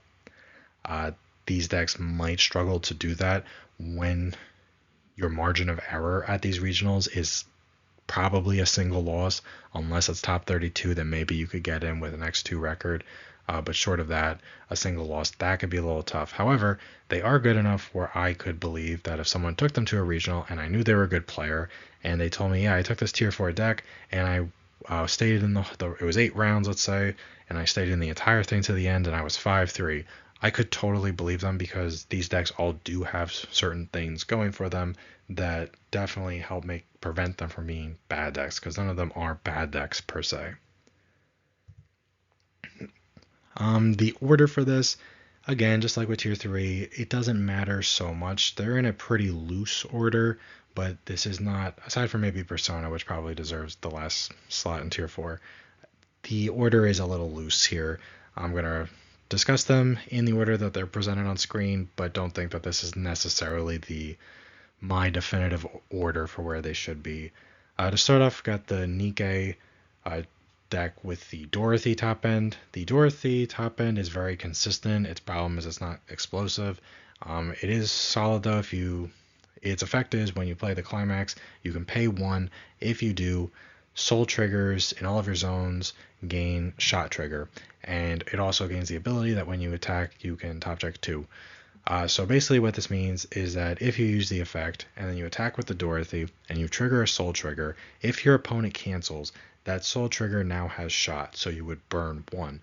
And if that stacks depending on the number of copies of the Dorothy that you have. So if you have 3 Dorothy and you swing with the first one, you reveal a soul trigger, your opponent cancels, now you have 3 shot triggers, so your opponent would burn 1 3 times. You do need 9 stock up front to do that. Fortunately, Modernia is very similar to the Chloe from Hololive level 1 combo, where it just builds an insane amount of stock while also replenishing hand. So you still have the entire shell of a deck from Nikkei, which means really great zeros, really great 1s, some things you could do at 2, good things at level 3. The biggest issue with Dorothy is not really the stock needed to pay for her, since she does need 9 stock up front to triple it. It's more that she cannot really close out a game if your opponent's at 3-0, they're probably going to lose. However, if they're really anything lower than that, there's a really good chance that they do not lose. You could probably kill them from 2-6, especially if they're near a refresh. Just consider the refresh like guaranteed damage. Maybe you'll be able, if your opponent doesn't cancel that much, you can kill them from 2-5 if you triple it. Anything beyond that, it's just probably not going to happen. Fortunately, you could still play the event backup, which is the rest counter or the plus soul. The Dorothy level 3 combo requires no hand, so you could always just play out the Modernia, then use the Modernia to play out one of the Dorothys, and now you've got the Modernia just sitting in your back row. If you still want to triple Dorothy, so that way you could use the rest counter the following turn if your opponent was too low to kill them. It's very consistent damage. It's just not the type of damage that can close out a game from the same way that some of these other finishers have. Bane Dream has multiple finishers that can kill your opponent easily from mid 2 and can definitely kill from lower than mid 2. Overlord isn't going to kill you from mid 2, but it's not really playing to do that. And Overlord and Nikke are both just trying to control the game. Licorice can kill from mid 2. There's a lot of other things on this list that have higher kill ranges. So this Dorothy Nikke list has a low kill range, but it has a very consistent deck, and it does have a lot of tools. So I do not think this is a bad deck at all, and it definitely at a locals level you can do great. We're here to really just talk about meta stuff. The reason why it's so low is that going up against some of these decks that are in tier 3, 2, and 1, comparatively, if you hit level 3 first, you're not going to be able to kill your opponent. There's a good chance of it. And then at that point, you will have pushed them to level 3, and they're just going to blow you out because many of the finishers from the higher tiers are able to consistently kill very easily from 3 without breaking a sweat. And that is why this, even though I think it's a fun deck and I think the finisher is a little underrated, it is a finisher that has a glaring weakness aside from the high stock cost. Next up, going to talk about Rurouni Kenshin. This came out in May of 2025. I think Kenshin is one of the most underrated sets of 2025. I do think it has a lot going for it. Its level 2 game might just be okay, but at every other level, depending on what color you're playing, there is a lot to like. It has super underrated zeros. It has really great zeros. It has a really fantastic level 1 door combo. The list I'm going to be talking about is 8 door. Has a really great level 1 door combo that's very easy to loop, and its level 3 combo is essentially burn 2 twice, which is not bad. It's pay to resonate 2 of a specific Ricky level 0, which you're probably playing 4 of anyway, and then I think it's ditch 1 or 2. I think it might just be 1 though. It's not a bad finisher at all, and the rest of the deck is perfectly great. It's lacking a little bit in terms of early plays. It does have I believe it's a 4 or more early play healer. It's a little boring of an early play healer. Doesn't really do much else, but the rest of the shell of the deck is very fun. It's super underrated. I think this was a set that was largely slept on. The reason why I do have this ranked so low, I don't think a lot of people honestly are bringing Kenshin to regionals. I do remember seeing maybe like a decent top with a different Kenshin list that was not the 8 door list at some point this season at a pretty decent regional. And that list is perfectly fine too. I think the potential for the 8 door list is very high. The level 3 combo, it's very easy to at least double it. The stock cost is a bit of a barrier. It means tripling it is hard. However, Kenshin does have a really good off finisher where it is a Musashi, except that it is a Musashi for the card that you mill +2. So you're burning at least 2 off of it if your opponent cancels. So it's, from my experience, very easy to double your level 3 combo, which is burn 2 twice, and then have one Musashi in your third lane, and that is a good amount of damage. Right there, that's 8 instances of damage, assuming your opponent cancels on the Musashi. Otherwise, it's 7, and that is pretty strong. And the rest of the deck is really great.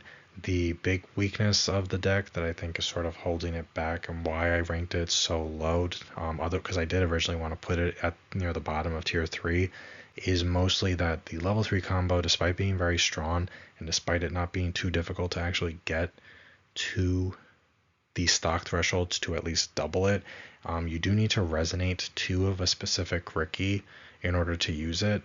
And sometimes you're just in a state with the deck where maybe you're not canceling as much as you should, and now you need to start gathering pieces more quickly than you thought you were going to have to. And on top of already gathering your climax, at least 2 copies of your level 3 combo, your Musashi, if you're trying to go for that, you still need to grab the Rickies too while having cards to play every turn. And sometimes you just get rushed too much. And I think at a regional, with some of the power that we see from decks and some of them looping their climaxes and or just pushing soul a lot, it's sort of unreasonable to expect that this version of Kenshin can consistently throughout the course of a tournament be able to gather those resources in the amount of time that it might have.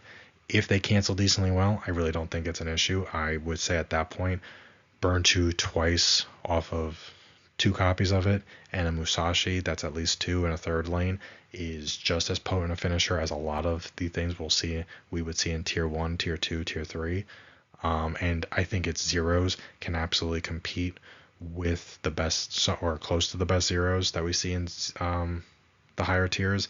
Its biggest issue is that you just need so many specific pieces, and I think that is what is holding it back, and that is what prevents it from being any higher on this list when you think about taking it to a regional. Still a fun set. There are other combos that are easier that I could mention. You could do door pants if you want. The door combo is just so fantastic.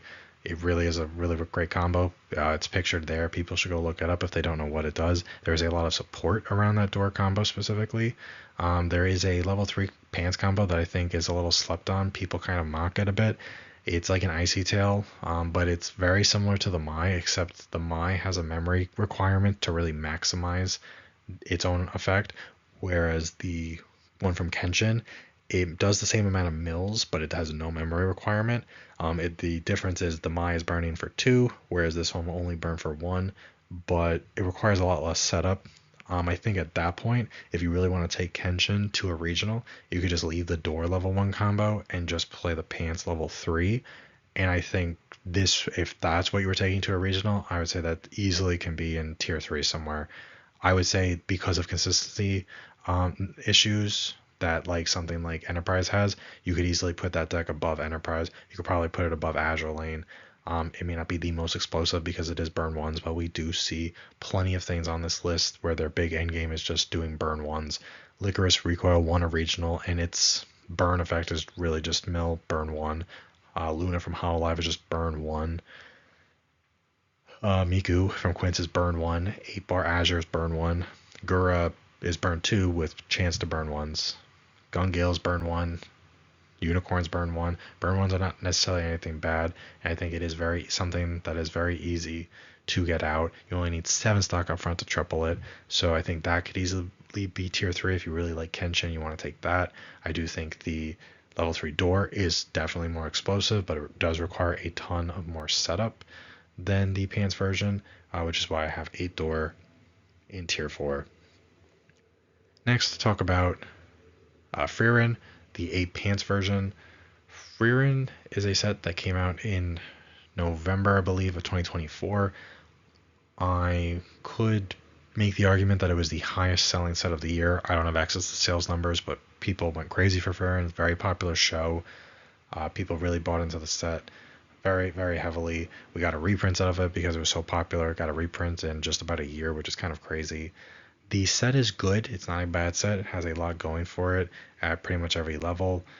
Its biggest issue is that it's probably too fair. There are a lot of cards in it that read good.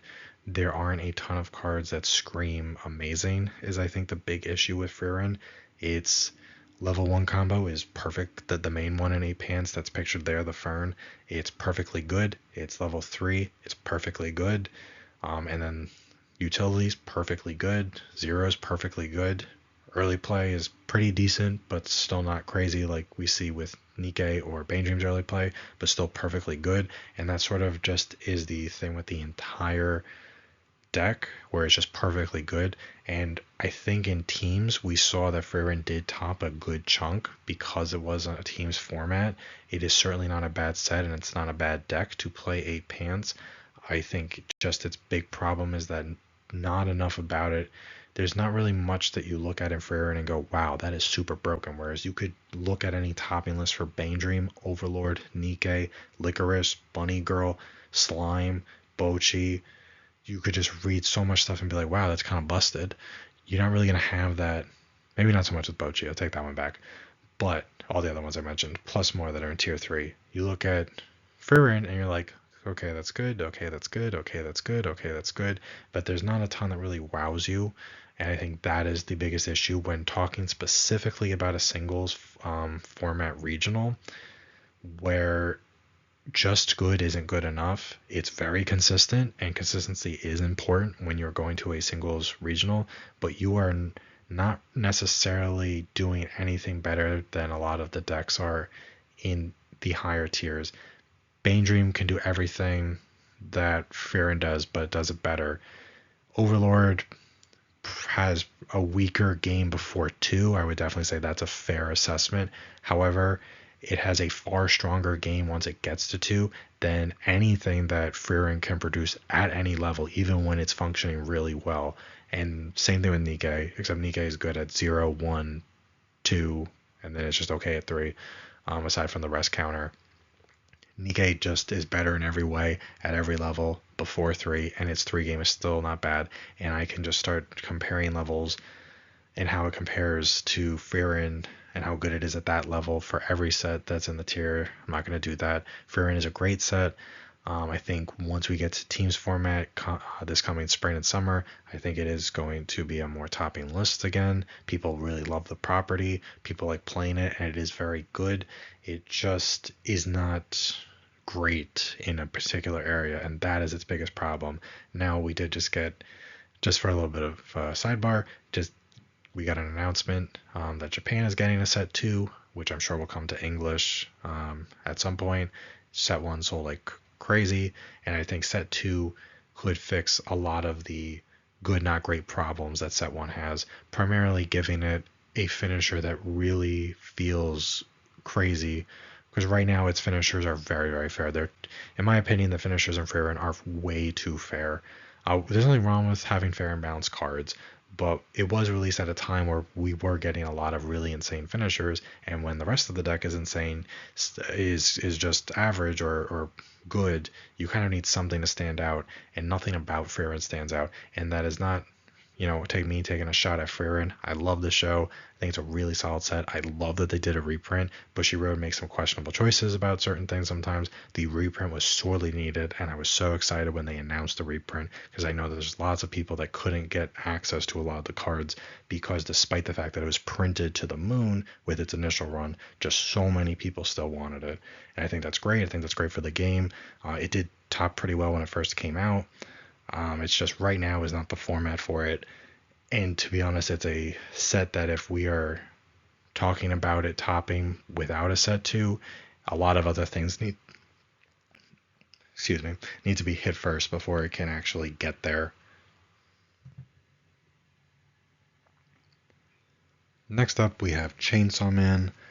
Chainsaw Man was once easily the best deck of the format for a good stretch when it first came out, but now we have a choice list, and the main level 3 combo of the deck, the one that was really busted, the Aki that's on a bar, he is limited to 2 copies, and then there is a choice list between the level 0 Stock Soul combo and the level 0 Himino that searches out the Easy Revenge event that is not required to play the Aki, but it makes the Aki a lot better. Chainsaw Man is a deck that is still incredibly consistent at most of what it's setting out to do. There are 2 big problems. It's very similar to the My problem from Bunny Girl and the Gura problem from Hololive, where having your finisher be 2 copies is very, very difficult. If it gets buried somewhere, if it gets stuck somewhere, you're in for a tough game when you're already down to 2 copies, and then if one is out and it's somewhere else and you can't get to it, now you're really only down to 1 of your finisher. You could try to supplement it with all finishers, but then you're really just losing out on the value of the deck, because the deck really needs that level 3 Aki to it does so much, it's so powerful. There's a reason why it's at 2, I'm not arguing against that, but between that and the choice list, the the easy revenges are very necessary, and the choice list makes it a very difficult decision on, do you want to easily be able to grab them, or do you want to have a combo that's easier to loop every turn starting from level 0? And most people seem to not play the level 0 Himino that searches the easy revengers. I think it's a tough call. I probably would just try to make a level 1 combo work at that point and keep that searcher in there, just because it's so... The easy revenges really are just that important to maximize the Akis, especially you're going to have to be making sure that you could grab those Akis. Back in the day, before the limit 2 for the Aki, a lot of the times, as someone who has played Chainsaw Man in a regional and played against it a million times, if you knew you weren't going to refresh before going into your final turn, you would just only need to grab one copy of your Aki, and then you could just keep chaining them on play to grab the other copies from your waiting room. Now you kind of have to make a point to go out of your way to be grabbing them as quickly as possible so that they don't get stuck somewhere you can't get them out of, like buried deep into your stock or something like that. Luckily, if that happens, at least with the stock one, Chainsaw Man is very, very efficient with its stock. You really don't actually need that much to go into double Aki or even an off finisher. It is very efficient when it comes to stock in that sense, and that's because this set does have a lot of fantastic zeros, and it still has access to most of them, despite the choice list and the limit 2. Chainsaw Man is not hurting for good cards at 0. It's got some good cards at 1, 2. At level 2, you got a really awesome early play that is still fantastic, and you can still maximize that. It's still a great set overall. Its biggest weakness now is finishers. You can either switch to something that's not the Aki, and it doesn't really have great finishers outside of Aki, or you're playing the Aki, and the Aki comes with, because it's not just that you're playing the 2 copies of Aki, it's that you're struggling to get your easy revenges. It's a whole thing. The deck used to flow a lot smoother. It doesn't really do that so much now, and for that, that's why it's ranked this low. Even though I still think it's something that can absolutely, if you went to a regional with it, similar to with Bunny Girl and Gura, if things go right, then it goes right really well. 2 Aki can still be pretty devastating, as long as you've got, I'd say, at least three easy revenges in your memory to back it up. So it is a deck that can absolutely compete in a lot of ways with things that are even in tier 1 and tier 2, but that loss of consistency is a real problem, I would say. There's also the Shana deck, which we'll talk about next. Choice Door Shana could either reference Pure Shana, which is Shana that only really uses a couple cards from Dengeki Bunko, and then uses the rest of the deck and most of it is just on the premium booster. That is not actually the one that I'm talking about. If I was talking about the Pure Shana version, I would probably put that even lower in tier 4. That deck is fine because you still have the level 3 Shana, which I think is a very underrated combo. The Shana that's pictured here, and the problem is that with the premium booster for Shana, it's just not the greatest set in the world. It barely has enough to keep it at the far reaches of like modern relevance in terms of card design and that sort of thing. The 1/1 Yuji that you just pop in your back row and is a frontal assist, but is also says that you can't take auto damage from your opponent's effects. The deck rides on that so hard. Like, it's absolutely insane how much the deck it's not really a Shana deck, it's really a Yuji deck that just has other cards thrown into it. And from my experience playing it a lot, I do love the level 3 Shana, and I've played Pure Shana a lot. When you're playing it, or when I've played against it, you have to spend so many resources just to grab those Yujis and plop them, and you need to know your matchups. If you're going up against a deck that has a double bouncer, well, then you either ditch the whole Yuji plan, which kills a lot of the deck, or you triple the 1/1 Yuji, I guess. It's something that your opponent can play around. Oftentimes, the game Shana just doesn't allow enough freedom with gameplay to really be putting... It sounds like it should be easy to put out 2 copies of the Yuji in your back row. A lot of the time, the games with Shana, they just don't go that well. You just can't spare the cards. It's very frustrating. I still think if you like Shana, it's not a bad set, and I do like Shana, so I don't necessarily mind it. But if you're going to go to a regional, just you're in for a tough time because you're really just counting on that Yuji doing a lot of work. And once you go all in on the Yuji, while you still have access to your level 3 Shauna that's pictured there, you like really focus more on healing a lot. Shauna, to its credit, does have two really, really good early play healers. Both of them are very easy to get out. They're good, solid healers. The level 0 lineup is barely passable. Its level 1 lineup is just is okay. Its level 2 lineup is pretty bad. It's just tough. You spend so much trying to do two things. You want to be able to kill your opponent, and if you can't kill them, you want to heal, but you also want to be an anti-meta deck by having this anti-damage thing going on. And when you try to spread yourself too thin, from my experience with Pure Shauna, you wind up just being bad at everything, pretty much. You don't have great deck speed. It's even if you play the level 0 choice combo from Pure Shauna, it's just okay. You need too much setup at level 0, and while you have some flexibility, you can't really, even though you could just plop them in the back row, I guess. That's where your UGs are going. That you need a brainstorm with Shauna. It's very, very tough. It's kind of frustrating. As much as I love the art on all the cards, and I think if at a casual level, I would talk about Shauna far more favorably. I played Shauna 2 rounds just a couple of weeks ago, and I had tons of fun with it on Pure Shauna. Like at a casual level, fine. At a teams regional, I think Shauna's a great pick. For singles, especially this format, for a singles regional, I'm going to be more critical of Shauna than I ever will be of Shauna because I really do enjoy it. But a singles thing, pure Shauna just is not the way to go. The choice store that I am talking about, oh, you know what? I just noticed that says SS for Shauna. I should have changed that to like Bunko. The choice store list that I'm talking about is Bunko Shauna, which is something I think no one ever talks about because everyone just gets so hung up on playing the 1/1 Yuji, which admittedly is a good card. Don't get me wrong.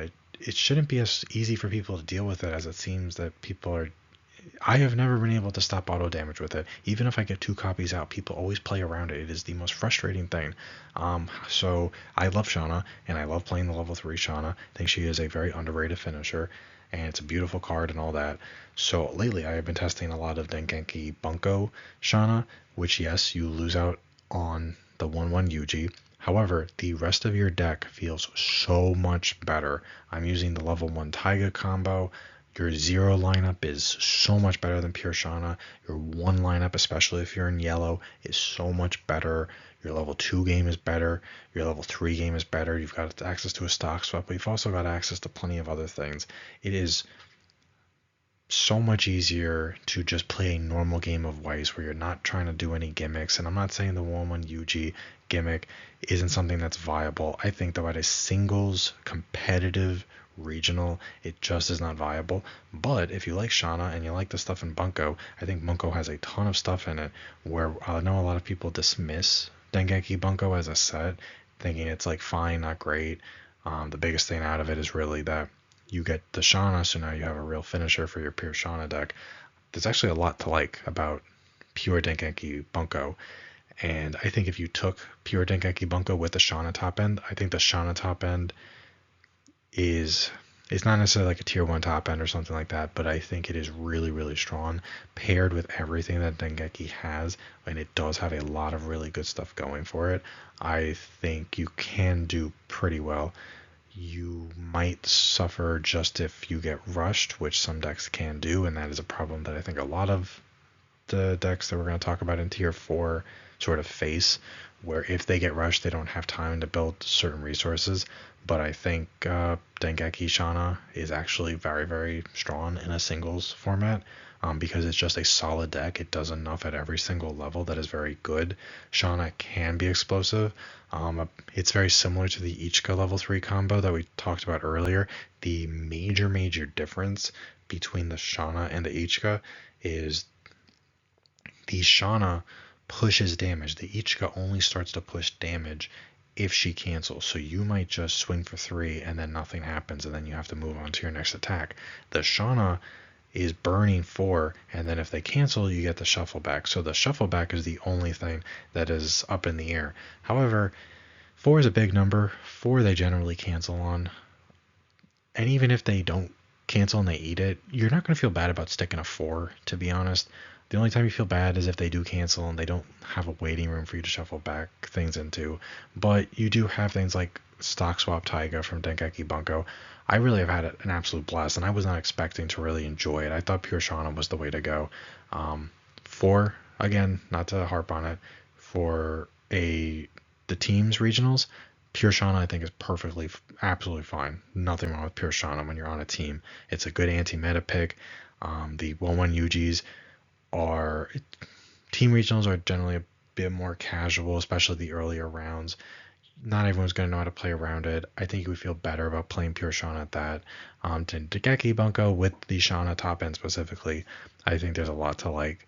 But it still has some weaknesses that other things in the higher tiers don't have, which is why it's relegated to tier 4, but I still think it's a very, very solid deck that can do decently well. I would not be surprised if someone did go to a regional with pure Dengeki Bunko playing Shauna as the top end and playing, if they played like me, the Taiga level 1 combo, which I think is a very good combo, because there's also good cards in yellow that really help support things and help you maintain hand size, and you don't need stock for Shauna, so you can play stock pretty well, spend it throughout the game pretty frequently. It feels very smooth when playing it. It is not as smooth as something like the Bane Dream level 1 game or something like that, but it does feel great. It feels a lot better than just playing pure Shauna, just if I was trying to be objective. Next up will be Spy Family. Spy Family is tricky because I think if we were judging it based off its level 1 game, specifically the Fiona combo that we see, it would easily be higher in tier 3. It's a very strong defensive wall that does a lot. It could really set up your cancels really great. It's a very solid card, and I do think that this deck, its biggest enemy for a long time was 7 Deadly Sins. It wasn't that 7 Deadly Sins was a natural counter. The issue is that 7 Deadly Sins had a counter that they all happened to play at 4 copies, that being the Escanor bomb, and 7 Deadly Sins was being played everywhere. That was a major issue because this deck really, really relies on just sitting on a level 1 and combo and looping it, and it's going to be so big that your opponent's not going to be able to get over it until they start getting out some early plays maybe. And that level 1, while adding resources to your hand, it also sets up cancels. It's very strong. The deck as it stands, we don't have like set 2 or anything, so it still relies on that. That's why the X there means that the top end can pretty much be anything in Spy. There are multiple solid finishers in Spy. I think 8 Pants is the way to go, mostly because you really do want to be looping that level 1 combo as much as possible. Unfortunately, it doesn't have tools like Bane Dream has to loop its level 1 combo as easily, but it is such a great defensive tool where you are sacrificing an explosive endgame just for the fact that you are going to be getting so many more, or should be getting so many more cancels at level 1, just because of the Fiona combo. And I do think that the level 3 Lloyd Twilight combo, it can push damage. It's on attack, pay 2, burn 3. If it's canceled, burn 1. It's expensive, but there are ways in the deck to mitigate it. There's a level 0 Yor that can bring it out without paying any stock, so it makes it much easier to triple, and it's a good way to just sort of push extra damage. You're either sticking to 3, or at the very least you're still pushing some type of damage, but hopefully at that point you have just done so much more canceling than you should have because of the level 1 Fiona.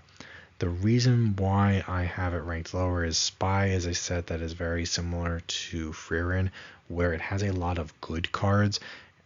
Unlike Frieren, I think the Fiona level 1 combo is definitely superior to the Fern level 1 combo, and they're also on the same trigger. However, like Frieren, Spy Family has that issue where it's a lot of good cards, but not a lot of great cards. It's great if you like the show and stuff like that. It also does require a little bit of setup that sometimes just doesn't happen by the time you get to 1, which means you're either not putting out your ideal board or you're forced to wait, and that can just cause problems because you really need to be doing level 1 combo as soon as possible at level 1 in order to maximize your game. So it's ranked lower because despite being a solid set overall and a solid deck no matter which top end you pick, it can fall apart at level 1 if you're not set up properly and you can't make the moves you want to be making, and then at that point you will absolutely be playing from behind and just playing catch up the rest of the game, and that is an issue. If everything goes right as soon as you hit level 1, then you are in a very, very strong position, especially since there aren't really going to be many things in the meta outside of like a standby thing that can just swing big. There's not going to be much in the meta that can challenge it because we're not seeing a lot of level 1 bombs in the meta currently, especially with 7 Deadly Sins taking such a back seat. Does not mean they are not out there, but I think in general, you should be pretty fine when playing Spy. If you did take it to a regional, it's only ranked this low because of how not inconsistent the finisher could be. It's just it does require some setup, and it sounds like it should be easy, but sometimes all the pieces you need are just at the bottom of your deck, and you have no way of knowing that. You have no way of getting them out from the bottom of your deck once you know that, outside of searching them. But it's just a little too much, I think, on a team season. Much better this particular single season. Can't really rank it too much higher, despite the fact that I do really like the deck and I love the level 1 combo. Next up is Oshinoko. Just like Azure Lane with Enterprise, if we were ranking this based off its level 3 combo, this would easily be in tier 1. The Kana finisher is absolutely insane. I have lost from 2-1 against triple of this Kana level 3 combo. The issue with a choice, and really any deck in Oshinoko as it currently stands for English, is that while the Kana is strong, while you can kill your opponent when they're like low mid 2, you are generally forced to kill them from when they're lower mid 2 because you will just get pushed to 3 so quickly and so easily because you are always playing from behind with this deck. The A choice has a good level 1 choice combo. It is a Kana combo. It's a good combo. Definitely not a bad combo. There is a level 2 choice that sees a ton of play also, so there's often a 3 choice split climax lineup in the 8 choice Oshi deck, and it's a Memcho that builds a lot of resources. It also walls up, which is important for the Kana because the Kana requires a cancel in order to get its potential burns in. That is also a very good combo. The issue is that the current lineup of zeros in Oshi are just really not great. They are not bad in the sense that they aren't good cards if you just start reading the effects. The issue is that they're all weak. So many of them are 500 power or 1000 power. There aren't any outside of like, you don't have an on play Ricky. You do have a really good on reverse Ricky that is a really, really good Ricky. And it sends itself to memory and it clocks from waiting room, which is good because you need a lot of experience in this deck. But your opponent can always side it, which is fine sometimes. Other times you do really need the search, but all of your zeros are incredibly weak unless you just want to play 4K vanillas, and no one wants to play 4K vanillas.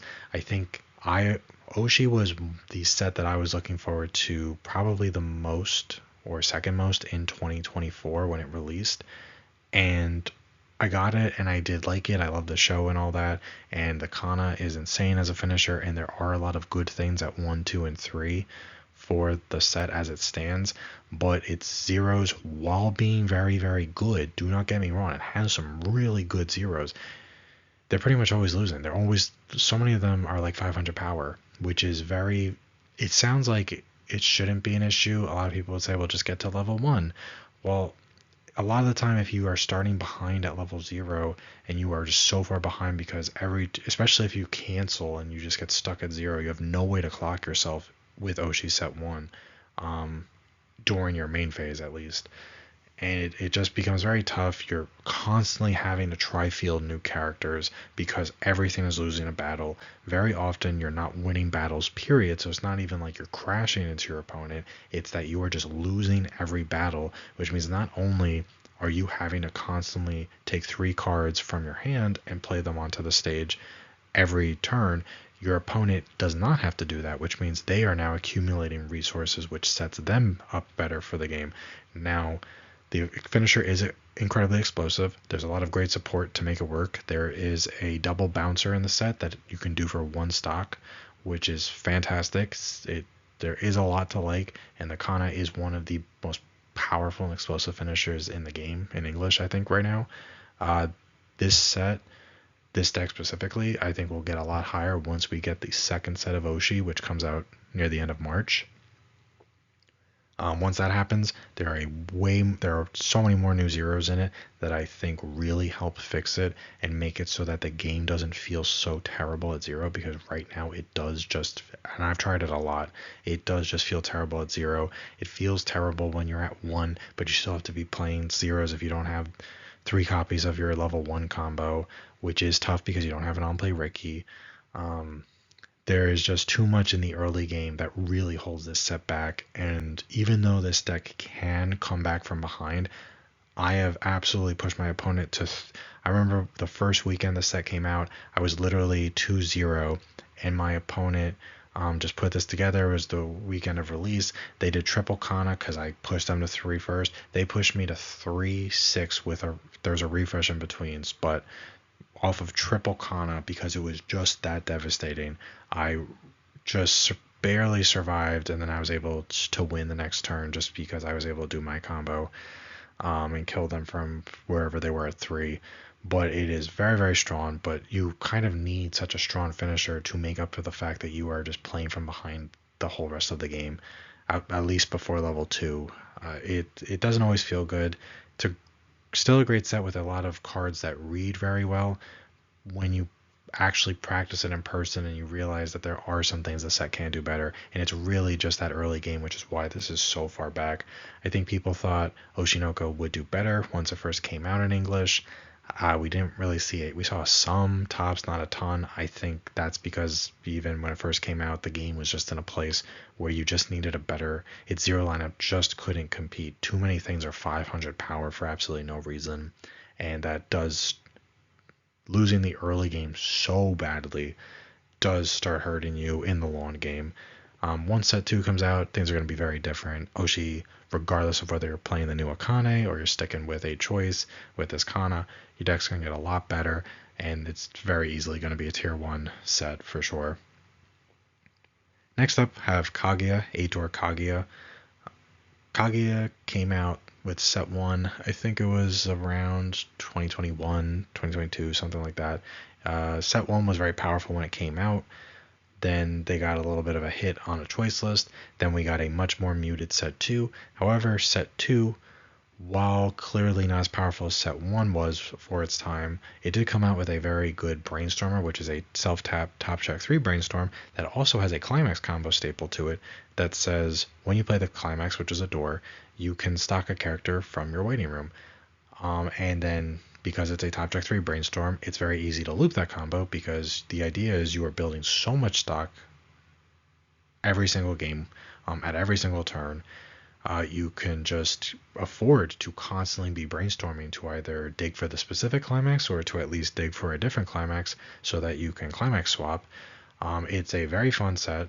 I've played the 8-door deck a lot. I even took it to a regional right after SAO 10th anniversary animation set came out and Alice was like running the meta. I took it to a teams thing. I was very happy with its performance.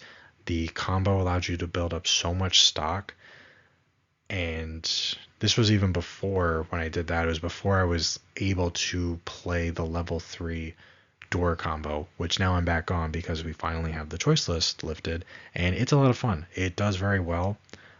Being able to compress so much is great. You are susceptible to stock swap because of all the stock that you accumulate, so if you're going up against a set that has a stock swap, you need to be very mindful of that. However, there is a lot of things that you could be using at level 2, like early plays that cost either 2 stock to play them, or the Miyuki clock kick early play that does require a lot of stock. So there's a good way to spend your stock so you're not just blindly using stock if you really want to avoid stock swap. Now that we have the level 3 Kaguya door combo back and we can play it at full power, this deck is very consistent. The reason why it's ranked this low, because it has great things at level 0, it has great options at level 2, and it has great options at level 3. The Kaguya might just sound like a burn one twice, but it's very cool in how it does it. It's very easy to pull off. It's also cross turn, so it might not just be burn one twice. If your opponent crashes the following turn, you do get a burn one on reverse. It might be burn one 3 times. It also heals on play. 8-door is a nice trigger lineup in my opinion. The issue is that at level 1, you can very easily start falling behind. You do have a lot packed into this deck. The best level 1 that I could play is this colorless level 1 Kai that is just a JC, but it does swing like I think for 8k with climax, which does help you loop things. Level 1 red options aren't really the best in the set. That you can make, I think there's a 1-1-7-5 with hand on core. I think there's a level 1 reverser. It's just not that great. So you are sort of starting to fall behind once you get to level 1, and you don't really start making it up until you start playing multiple early play healers or multiple level 3s at level 2. You know, there are different like early play healers you could play in the set. But it is a very solid thing. It does have a level 0 character stock swap. That is also a twin drive, which is fine. But it does have a lot going for it. It has some very good backups in the set. I think going into this meta, it does have a weakness against Overlord if they pop your brainstorms, which they always will. It has a weakness going into something like Nikke because Kaguya's bounce options aren't the best, and because you can't really be fronting at level 3 because you need a reverse to get one of your ones, so you kind of just lose there, and its finisher is not as explosive as Bane Dream, even though you should be looping your level 0 combo just as much as Bane Dream is looping their level 1 combo. I would like to rank this higher, trying to be objective here. I have played this into a lot of the tier 3 decks, and I have not had any issue beating them. It does just have that one big weakness, which really is its level 1 game. A set 3 might help fix that, but the two combos together with the majority of the rest of the deck I think is actually very, very underrated. That set does have a lot going for it. I think if you're a fan of Kaguya, if you don't care for Kaguya, I would not take it to a regional because you are still going to be in an uphill battle, since we are in what I would say tier 4. But if you love Kaguya and you just really want to play it, I'd say 8-door you could take to a regional. You can feel good about yourself. As long as you know what you're doing with the deck, it is something that does feel very smooth the majority of the time. I've been testing it a lot more. I've been testing it since before the choice list restriction came off, and definitely afterwards. It's a very, very solid, very, very underrated pick, even for a singles format. I think for teams next year or later this year, it's a great pick. I think for singles, it is a little underrated. I fully understand why people are not playing it. I do think it topped, I want to say once. I don't know if it topped more than that. That list was, I guess it must have worked because it was a topping list, but it ran like a random standby in there or something like that. But Kaguya has a great card pool to choose from, and there is a lot going for it. Definitely a very solid pick, even if it is relegated to tier 4. I did want to put it a little bit higher. Realistically, it's definitely more consistent than Oshi, but Kaguya is probably not killing your opponent unless you either snipe a lot of climaxes off the burn 1s. It's not killing them. They have to be pretty close to 3. They can be 2, but they have to be high 2 for you to kill, and that's assuming you triple the finisher, which really shouldn't be that hard to do. Moving on, have Arifureta. I was looking at Bushiroad's release data, since they have been very good, as I mentioned, about releasing deck lists and wins and all that sort of things for this regional season. I'm not sure if I've seen Arifureta played at all. I could be wrong, but if I am wrong, it's probably only been played like once and it didn't do well. We did see it last spring into summer. I do remember it being on several topping lists. I think I remember there was an England regional where it was on like 3 topping lists or something like that. It is a very good deck. I do wish I could rank it higher. I love the set as a whole personally. I like the anime.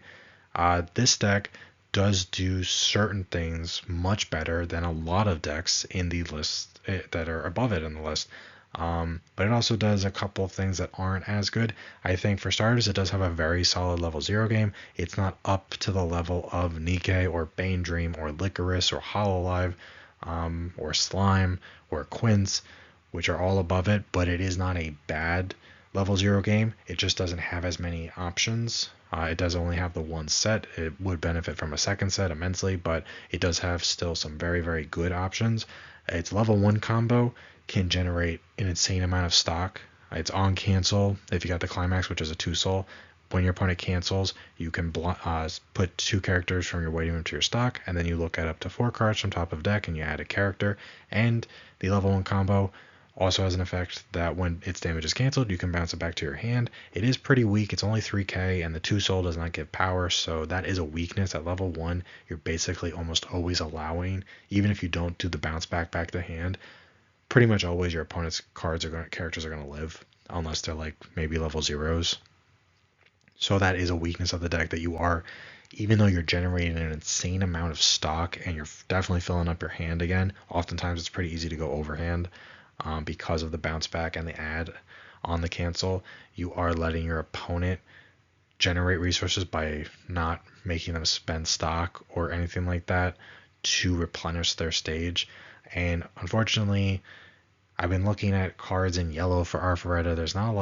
There are good options at level 1, but they are like support options. They are not really great beater sort of options. None of them read that great to me. So that is sort of a weakness. It does have some cool stuff at 2. It's got like a decent early play that's its big. It does have a stock swap at 3. It is a stock swap that requires a discard 2 instead of paying an extra stock, which I think was a great bit of balancing on Bushiroad's part, because they obviously knew that stock is not an issue for the set because the level 1 generates so much stock, and so they knew they had to balance it somehow. But you do have access to that. Its level 3 game is a little muted. It's not bad by any means. It's just when you compare it to some of the more explosive finishers, even in tier 4, but especially in tier 3, some of them can get pretty explosive, like Itsuki or Gura, that sort of thing. It is just a restander essentially. However, it does play another character from hand when you play it out, so you only need 2 stock to have triple it, and then you still need some extra stock to actually do the restands because it's pay 3 end of attack. But you're building so much stock, it's not a problem to tri-field it. You're swinging big, you're still getting 6 instances of damage. The big thing about the deck that I think does make it viable for singles, though it would do a lot better in a trios format, is the fact that you do have a lot of resource generation, and when you have so much extra stock, you can use that stock so much better than almost, I think, any other deck that's going to be on this list, because you just have so much of it. Outside of maybe something like some variation of Chloe Maureen maybe, or something with Modernia, but I think Arthuretta has some good stuff to use that stock on. There is a Salvage Brainstorm that is also a pay 2 rest itself, heal 1. It's level 0, so you could just start spamming that very early, getting some extra heals. There's also a level 0 that is a pay 2 ditch 1, then you could salvage a character, and then you could salvage a second copy of itself. So that's a good way to just sort of maintain hand and plus hand. You'll have the stock to spend. There are some other level 3 combos that aren't the restander, that aren't necessarily terrible. That's probably the best one because it's the simplest. It's on a bar. There is a lot to like about the set. If you are a fan of the IP, I don't think you would if you know what the deck does, again, just like with Kaguya, I don't think if you really like Arthuretta that much, I don't think you would dislike taking it to a regional. And if you know what you're doing and you know how to play, if you know the deck's weaknesses, but you also know the meta very well, I think you are well positioned to have a decent time. I don't think in the end you are going to be able to necessarily outplay something like Bane Dream. Bane Dream has a 2-1 stock swap, so your big advantage there is sort of mute because they can just stock swap you if you build too much stock. But you can spend the stock very liberally throughout the game just to get some heals, so you can still build it. You just have to be more mindful. This deck does require a bit more thought because it does have some weaknesses and isn't as explosive, so you can kill reliably from 3-0. You can probably kill your opponent if they're super high too. You're probably, unless you get lucky, you're not killing them from beyond there. What is kind of fun is because you are on a restander and you are a 2-soul bar deck, it is pretty cool triggering a 2-soul on one of the swings for your restander, and then you're swinging for like 5. It's great if it sticks, but after that, if you're going up against a level 3 or something, you can always side it because now you got so much soul. The deck is fun. It is a lot of fun, and it does feel good to play at pretty much every level. It just, while it does a lot of good things at level 1, it's also not, it has weaknesses at 1. It is really great at 0, but it's not as great as something like Quince or Bane Dream or Licorice or Nikke or something like that. It is very fun overall. You could take it but you would have to know what you're doing and exactly how to play out of bad situations, and so it would require a bit more thought. I don't, as much as people might like to joke that all you got to do is slam a 2 soul and just stick some of it, I do think like the deck does require a bit more thought if when you're talking about a regional at least to really excel, because you really do need to know your matchups and know which cards you should be using. There is a decent enough card pool where you could add some cool tech options that would be decent against certain things. Very solid set overall, and something that I think is a bit of an underrated pick for this format. I do expect to see it do a little bit better once we get back to teams. Teams will, unless we get a really overpowered set 2 at some point, which we could because they still have a whole season that they could turn into a set. Unless that happens, it's probably something that will make reappearances during teams formats, not so much during single formats, because it is still a strong deck. Next up, we have 7 Deadly Sins. I had a little trouble ranking this. 7 Deadly Sins, as I've mentioned several times throughout this video, was at one point arguably the best deck. It was certainly in the top 3 best decks. It has a finisher that is definitely more muted compared to certain things that just have really high ceilings like Bunny Girl and Bane Dream, that sort of thing. But sometimes it's just a pay 1, ditch 2, burn 4, but you can mocha your opponent for 1. And sometimes, from experience, I could tell you they do just snipe a climax off that mocha 1, and then they just stick a 4, and it doesn't really feel great. However, the level 3 combo of the deck, which was that Hendrickson that's pictured there, that was not the big talking point of the deck. The deck, however, has a fantastic level 3 game, fantastic level 2 game, fantastic level 1 game, and an amazing level 0 game. It is good when we're talking about the stock soul pants version of the deck. There is a reason why I believe now it's either choice 4 or choice 5 for 7 Deadly Sins, and then there is the Brainstorm that's on the stock soul combo that is a limit 2. It's because the deck just needed that many hits to finally get to a point where it just isn't topping consistently. I don't think the choice list is really the problem for this Hendrickson deck. I think the nail in the coffin was the limit 2 for the Elizabeth Brainstormer that's on the stock soul combo. It's the same exact problem that we talked about with Chainsaw Man and Gura and Mai from Bunny Girl, where when you take your key card that really makes the whole deck work, or it really is the card that makes you win, and you put it down to 2 copies, you really have a problem. You could almost argue that it's even worse for 7 Deadly Sins, because whereas the other ones that have limit 2s, they're at level 3, so you have more time to grab those cards.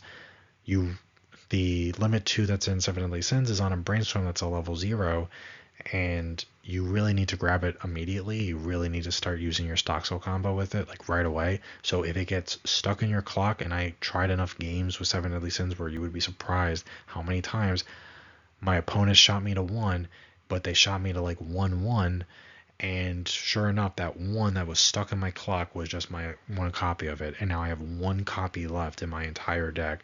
And yes, there is a summon Ricky, which will always be live because it's a level 0 that you'd want to summon. It creates too many consistency issues. Hendrickson was probably the deck that was played because it can deal explosive damage, but he was also largely played because of his Pants Trigger, I think, that had really good synergy with your level 0 combo that you wanted to be playing every single turn. So while sure you can still play Hendrickson, he loses a lot of value when you're not able to consistently just do stock soul combo every single turn. That combo gives you deck speed. It's also the Brainstorm, so that gives you deck speed. It's a salvage Brainstorm. The stock soul gives you extra stock. It's yellow. There are great options to play at yellow. You still have access to whatever pick you want from the choice list, and you still have access to everything else. But I think that Brainstorm really was the nail in the coffin. They probably need to remove that restriction of the limit 2, or give us some insanely overpowered set 3 to bring 7 Deadly Sins back up. I don't think just removing things from the choice list will be enough to revive this version of the deck. I think that Brainstorm limit 2 is the issue. Now, I think the deck still absolutely can perform definitely at tier 2 levels, if let's assume that your opening hand, you have 2 copies of your Elizabeth Brainstorm, at that point you're sort of just good to go and you just do what Seven Deadly Sins has always done. At that point, I'm sure you are somewhere in tier 2. But that just realistically, it doesn't happen that often. I've tried it too many times because I love Seven Deadly Sins. I love the Elizabeth Brainstorm. I took that. I've never actually taken Hendrickson Elizabeth to a regional before, but right after, I want to say it was maybe October, November of 2023, I took 8 Stock Soul 7 Deadly Sins to the White Plains, New York regional, which had a good number of people there. And I just love these Stock Soul level 0 combos so much that I wasn't even playing a level 3 combo. I was just playing all finishers. And that combo is so strong. That level 0 combo is so powerful. And 7 Deadly Sins has so much that at the end of the day, I went X2. I stayed in it the whole time. I think this was before Bushiroad expanded top 8. But I think I got like 18th from being X2 and just staying in it. I only lost to Gura when I got killed from like 2-1 with double Gura. That was a good game, and I lost to Slime once. Beat Overlord a couple times, beat another version of Gura, and it really just rests because it only happened because Sins has such a strong package around it. You don't even need to be playing Hendrickson, to be honest, but a lot of that package started relying on just how powerful Stock Soul Elizabeth Brainstorm was. So putting that to 2 copies is just, it's too devastating. You need to do so many hits to everything else that's in this tier list to just make 7 Deadly Sins naturally move up. And they're not going to do that. Most of the decks don't deserve hits. So it'll basically probably be stuck where it is until one day they decide to do something about that limit 2. Next is Blue Archive. With the level 3 choice top end, and you could play different things that you want at level 1 for a level 1 combo. Blue Archive is a decent set.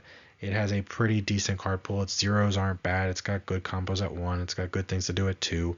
The problem with this deck is that it's very reminiscent of the Ichka deck, where Ichka has a level 3 combo that comes out early and it replenishes your stock and your hand for you while also thinning out your deck, because it's pretty much exactly what the Blue Archive early play level 3 combo does, except the real difference is I think the level 3 from Blue Archive does it on climax placement rather than on attack, which is probably done just so that people wouldn't have to be shuffling their decks 3 times during an attack phase. The problem is that there's not really much in the way of finishers for Blue Archive. With this particular build, they don't play another level 3 combo like Ichka does. They throw in all finishers, and to Blue Archive's credit, it does have one in particular very good off finisher that is relatively cheap, and it funds some of its own costs, and it's pretty solid. And Blue Archive has a pretty decent card pool. The thing with this deck, though, is it is very much more of a defensive build. Because you're generating those extra resources, Blue Archive does have a really good neg3 soul counter, and you're kind of just sort of relying on maintaining resources while also thinning out your deck so that by a lot, so that you can naturally get some cancels at level 2 and stay at level 2. And if the game isn't going your way, you can still have that neg soul backup to help make up the difference. But it has a hard time closing out games, and I think that is its biggest issue. I kind of did want to rank it higher. Again, this isn't it's not necessarily in order tier 4. This is just where I put things in, but I did want to put it like maybe bottom of tier 3 or something, because it did get some good tops during team season. I don't think we've seen very much of it during singles, and I think that's because it does have a problem closing out games. It might be very strong, or decently strong, at least between levels 0 and 2, but once you really want to close out the game, you're still basically stuck with 3 normal swings.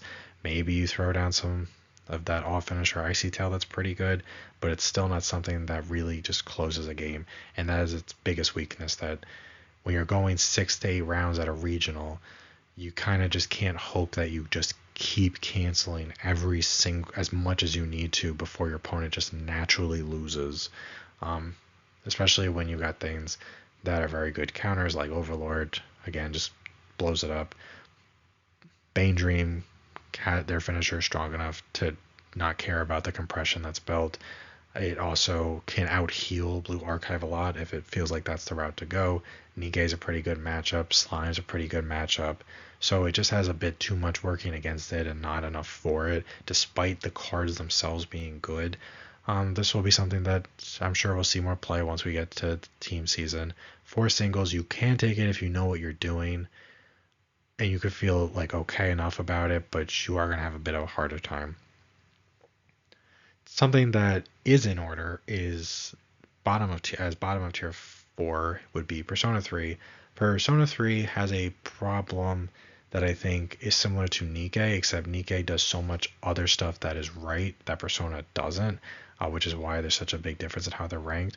But Nikkei its whole level 3 game is pretty much reliant on that rest counter and having a very strong early play. Persona has not one but two rest counters, which is really great. It also has a very cheap stock swap, which is an event that is a 3-1. The problem is, its level 3 combo isn't even terrible. Here we've got the choice combo picture. That's, in my opinion, the combo to go, though I think there's only 3 level 3 combos in the Persona Premium Booster. The issue is that Nikkei feels really good at levels 0, 1, and 2. Persona feels bad at level 0. It feels slightly less worse at level 1. It doesn't really feel great at level 2. It's something that really, like, there are cards that are fine. There's a decent level 1 combo in the set. The zeros, I think, are very not anything to write home about. There's a Ricky that's good enough because it also lets you draw if you want, and that's pretty great. But the level 3 combo can help deal with problems because it generates resources while also balancing your opponent's character if you want. But it also has the option to do burn if that's the route you want to go. And it does heal and play, and that it does have a lot going for it, but it isn't something that closes out games. More like it pushes your opponent a little bit while giving you the resources you need to either get around problem cards because it can bounce something, but it also can give you just an extra stock for essentially no reason, which helps fuel your rest counter, because your rest counter, unlike Nikkei's rest counter, is certainly not free. You're either paying 3 or 4 for it, depending on which one you want to go with. But as someone who I really wanted to like the set more, I feel bad that it came out as a premium booster. It would have benefited greatly from being just a normal booster. It just doesn't have enough zeros going for it that are really great, and frankly, it doesn't have enough going for it at any other level. You have a couple of level 1 combos that are perfectly acceptable by today's standards, but they're not going to set the world on fire. But you do start losing at 0, and whereas Nikkei says screw having a level 3 game in terms of a level 3 combo, Persona doesn't start to even feel good really until you get to level 3, and at that point so many decks have so much range, you're really just counting on that rest counter. So if you happen to go up against something that can deal with the rest counter, well, then you just sort of wasted your game. So I think if you love Persona, which a lot of people do, you could definitely take this to a regional. I think it's, again, because you are facing a major uphill battle, because the set is weak. It is really relying on its level 3 combo to just generate some resources, and it's relying on that rest counter and maybe a little bit on having a super cheap stock swap. I think if you know what the deck does, you know what you're doing, and you know your matchups, you can have a decent time. I don't see it really topping or anything like that, but I think you can get some wins. I think you can totally beat something like a Nikkei, or even like a Bane Dream. I think it is going to be tough. I think your biggest advantage is similar to what I talked about with Gun Gale, where your opponent's probably not going to know what it does, so hopefully they don't know they should be playing around anything. Hopefully they don't see an event in your waiting room and they ask what it does and they just don't know what it does. They assume it's bad because everyone likes to say Persona is bad. Not that they're necessarily wrong. It's good if you like Persona. It can do some things, but probably generous that I put it tier 4. It's just that you can't really dismiss the power of a rest counter, especially one that you could feasibly do the turn after you tripled your own combo. And it's pretty easy to do triple level 3 Persona's Choice combo and still get 2 burn 2s in there, which is the burn damage that it can do, and still have the stock to do a rest counter the next turn. So it is something that is really the saving grace of the set, in my opinion. Next, we have tier 5. To be honest, there is a lot of stuff that I could have thrown into tier 5. There are a lot of things that sort of meet this certain level. I think aside from maybe one of the decks that's pictured here, there are a lot of things that actually could go in there and then they're not necessarily bad. The issue is really just something that has been reiterated a lot, particularly with tier 4, where they are not bad. They do have things going for them that are good, and at a casual level, would not be surprised. For example, here we've got Mushoku Tensei at the bottom of tier 5, so there's not really an order to this. Would not be surprised if someone at my locals just won every round with Mushoku Tensei one day, and they went up against things like Bane Dream and Nikkei and Licorice and all that sort of stuff. The problem is repeating that performance consistently at a high level. The more wins you get, the more likely it is you're going up against a very skilled opponent, and they're probably playing a really good deck. And it's harder and harder to just consistently do it over the course of a long tournament. There are plenty of things that these decks might have going for them. It's doing it consistently enough, and I think they have a harder time than the decks in tier 4. Here, the first two, honestly, I've got 8 Pants Hololive and I've got Standby Bar Hololive. This would be 8 Pants Hololive with the Aqua top end, which has some cool stuff around it and isn't necessarily bad. And then the Sora Standby Bar, you got the Sora Bar combo, which is a Neg Soul combo that you could actually very easily bring out at level 1. It's on a bar, so you could loop it pretty well. But to be honest, these two decks can basically just also be replaced by any pile of Hololive cards.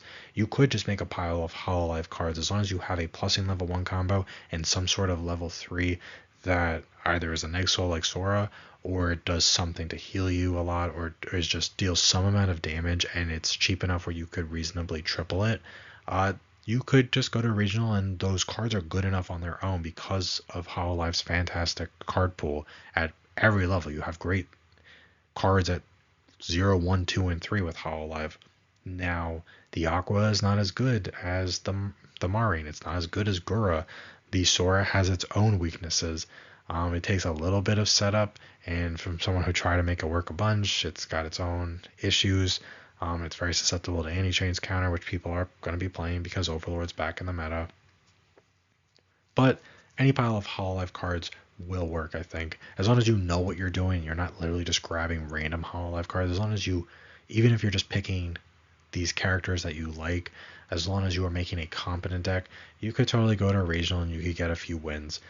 You might even win against a Bane Dream player. If you know what your deck does, let's say you built the Sora deck and you know what your deck does inside and out, you know what it can't do, you know what it can do, you know the meta really, really well, and you go up against, let's say someone is playing Overlord, but maybe they're just someone who likes Overlord and they're not the best Overlord player, you could easily beat them.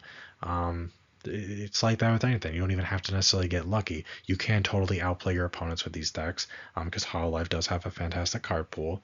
It's just doing that throughout the course of the tournament is something that is going to be difficult and is pretty. So bottom line is it's just tough to you play these decks and have consistent performance at a regional. You can definitely get some wins. You're probably not going to top with it, which is fine if you just like playing these characters. I've also got JoJo on here, not Golden Wind. Golden Wind was an awful set even for its time. That set is pretty old, but I think actually the Stone Ocean and the Stardust Crusaders premium boosters that we got in the fall of 2024. Here I've got the Choice Pants deck listed. You could also do a Choice with the level 3 Dio combo, which is a way to sort of just clock kick to get guaranteed damage. Is a perfectly fine option too. With the 2 premium boosters for JoJo, there is a lot of like really good stuff. You got good zeros now finally. You have multiple competent level 1 combos. You got some stuff you could do at 2 and you got some stuff you could do at 3. It does have some issues. It doesn't do any of those things as free as certain decks do. Like, it doesn't generate resources the way that Bane Dream or Nikkei does. It doesn't have as much good utility as something like Nikkei, or it just is missing in too many areas. Its things are appropriately costed, Whereas you have something like Bane Dream, which feels too free to play a lot of its cards. Everything in JoJo, unfortunately, it has what feels like an appropriate cost. If it's something does a lot, it will cost a decent amount. You can't just do things for free. It's probably too fair. And that is its big issue holding it back, that you're just not generating the same level of resources. Though I think the Dio is pretty interesting. Its big weakness is that if you go into something, it requires reverses in every single lane, or at least an empty board, or a combination of the two. And if your opponent knows like what the Dio does, despite the Dio being pretty strong and not impossible to triple if you just really dedicate yourself to it, if your opponent knows what it does, they could, and they're good, they could probably just play around it. I still think they're fantastic sets. We saw JoJo again. This is a common thing I've talked about in this video. We saw JoJo top a decent number. You know, I'm not gonna say it like it was too much during team season last year, but it was a decent amount. Considering it's JoJo and people probably aren't expecting much from it, but also I think people just aren't playing it a lot. I think if people really buckled down and got better, the set does have a lot to like, both the premium boosters. I do enjoy both of them. It's just that it's too fair. It does good things, but it does those things at an appropriate cost. The Dio is like pay to ditch to put the top two cards of your opponent's deck to clock. There's just nothing broken about the cost or what the cards do themselves, whereas we see a common thing with a lot of things, especially in tier 1 and tier 2, that it does things for cheap, it does things for free, it for no reason, and they're just more explosive. And that is sort of something where if you like JoJo's, absolutely go take it to a regional. You could probably get yourself a few, like maybe 3 wins or something like that. Especially earlier in the tournament. If you stay in it the whole time, you know, you might start getting some losses once you go up against players who really know what they're doing with things like Bane Dream and Licorice and yada yada yada. But at a casual level, you have a lot of fun with JoJo. Teams, I think we'll see more JoJo's again because it does have some really good stuff going for it. Just this singles format is really not the format for it. Same thing with SAO, particularly and really only talking about the 8-bar version of SAO that plays the Yuna early play Nexol combo. In that, you typically play the Mother's Rosario level 1. You play the Yuki from the 10th anniversary animation set, which is a solid enough card that grabs something from the top 5 cards of your deck. So that gives good deck speed. The advantage, and then at level 2, you can early play the level 3 Yuna combo, which is on a bar. You could do it for, I believe it's only 4 stock, and it sits pretty big. And it's a Nexol. It's pretty simple. Each lane, I think, is a Nexol 2. It might be 3, I don't remember. It doesn't really matter. But it's very cheap to do it. And the whole idea of the deck is that you build exactly the resources you need, but you actually do not need that many different cards at level 2 to do it. So you grab the few things you do need at level 1, and then you just start looping this Nexol combo at level 2 and hopefully stay there for a few turns so that you could build back some more resources. You're playing 8-bar, so you should be able to do it, you know, as long as you make sure you got your Climax Swapper handy at the very least. Fortunately, the set does also have multiple level 3s that work off the level 1 Mother's Rosario bar combo, because Mother's Rosario has been around forever with SAO, and they have printed multiple combos that work on it, including in the 10th anniversary animation set. So it might be a little bit costly, and if a weakness of the deck, though, is again, it just auto loses to Overlord, and even if you don't go up against Overlord, a lot of people are playing cards to combat Overlord, like anti-change counters, and which also applies to this Yuna early play combo, so you kind of lose to those things. Also, Japan has it a bit better because they have a different 10th anniversary set that we don't have. A lot of while you can play anything from SAO's English catalog, you're pretty much just going to be playing things from the 10th anniversary animation set. And there are a lot of good cards in there. I like that set a lot. The problem is its zeros are kind of just fine. It would have done better if we also got the light novel anniversary set. Some of them read really well. It has a problem that's kind of similar to what we talked about with Oshi, where the zeros are just kind of weak and they lose a lot. So there are some that are strong, sure, don't get me wrong, and there are some that have really great effects, but you are oftentimes just losing out on 3 characters a turn, and that can be a little tough. So deck does have a lot going for it. I actually lost to this at a regional a couple of years ago. I think it was by a guy that plays it a lot and does pretty well at regionals with it. It was at a team regional, and I was commanding the early game so much. But then once he started playing the Yunas, he just got the Nexals in and he just kept canceling on one over and over. The deck can do it. It does just have some weaknesses.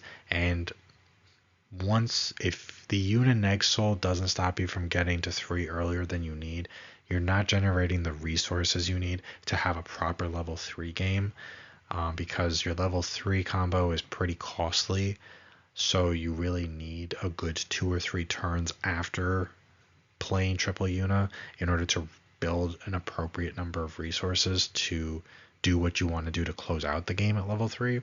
So that is sort of problematic. It's still very fun though.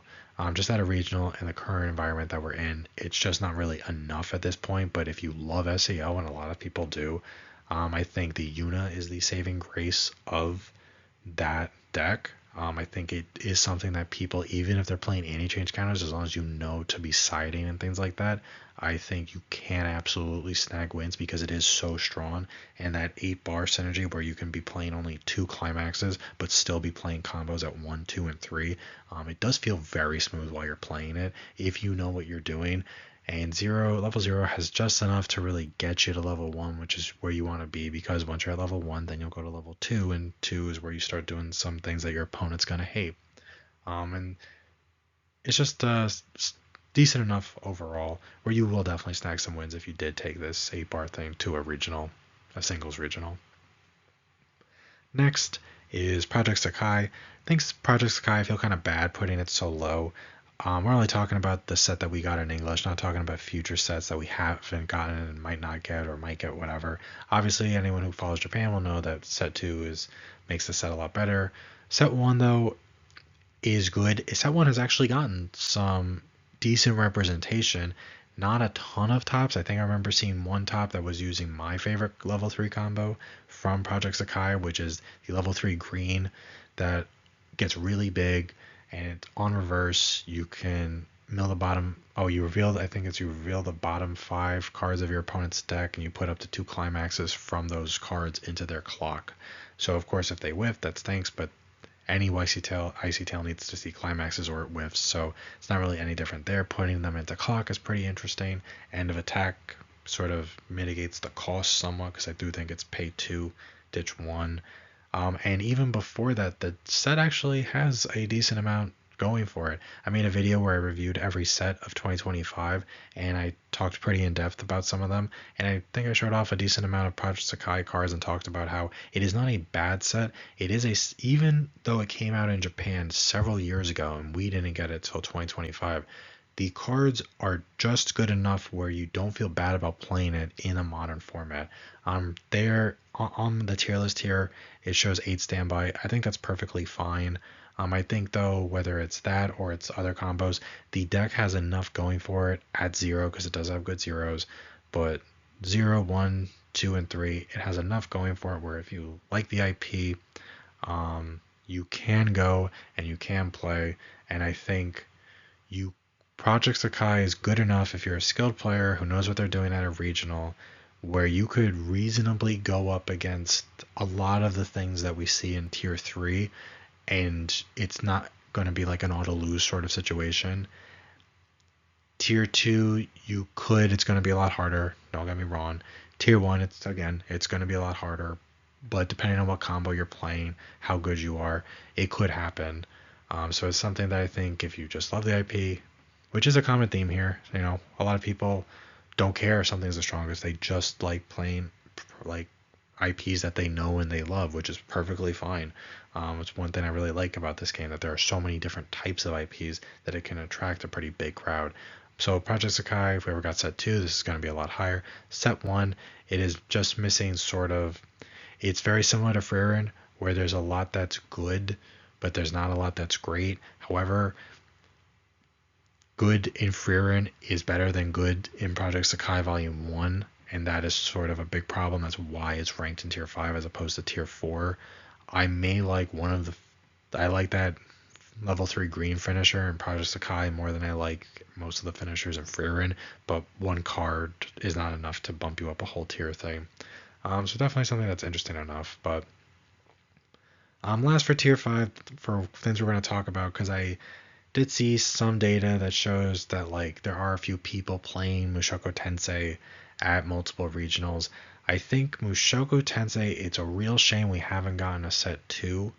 Set 1 was very dominant when it came out. Anyone that's been playing that one will know that Mushoku Tensei was very, very good when it came out. Really great standby deck.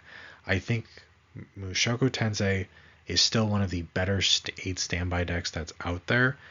I think its big problem at level 1, 2, and 3, there's a lot to like about it. I think its issue is that when you compare it to something like Nino 8 standby at level 0, Mushoku Tensei never feels good at level 0, no matter what deck you're playing. There's a couple of cards that are fine. There's a cool Brainstorm, but there's just too much that's missing to really feel good about it.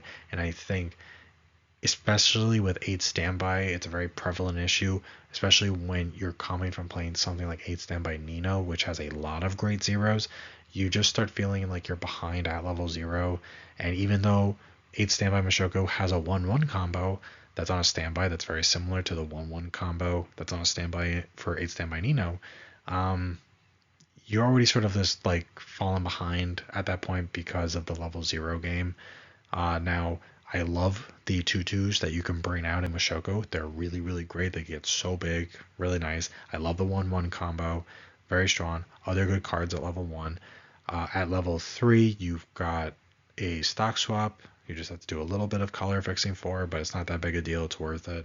At level 2, you also have a rest counter. It is a pretty expensive rest counter, but what is great is that because you're playing standby, it's harder for your opponent to side because you're generally going to have these big boards up, so of higher level characters, so they have a harder time siding against you, which means your rest counter is live more. Hopefully you're maintaining board earlier in the game, so you don't have to waste stock maintaining your hand, so that you're standbying out a decent enough so that you will have the resources you need to do the rest counter.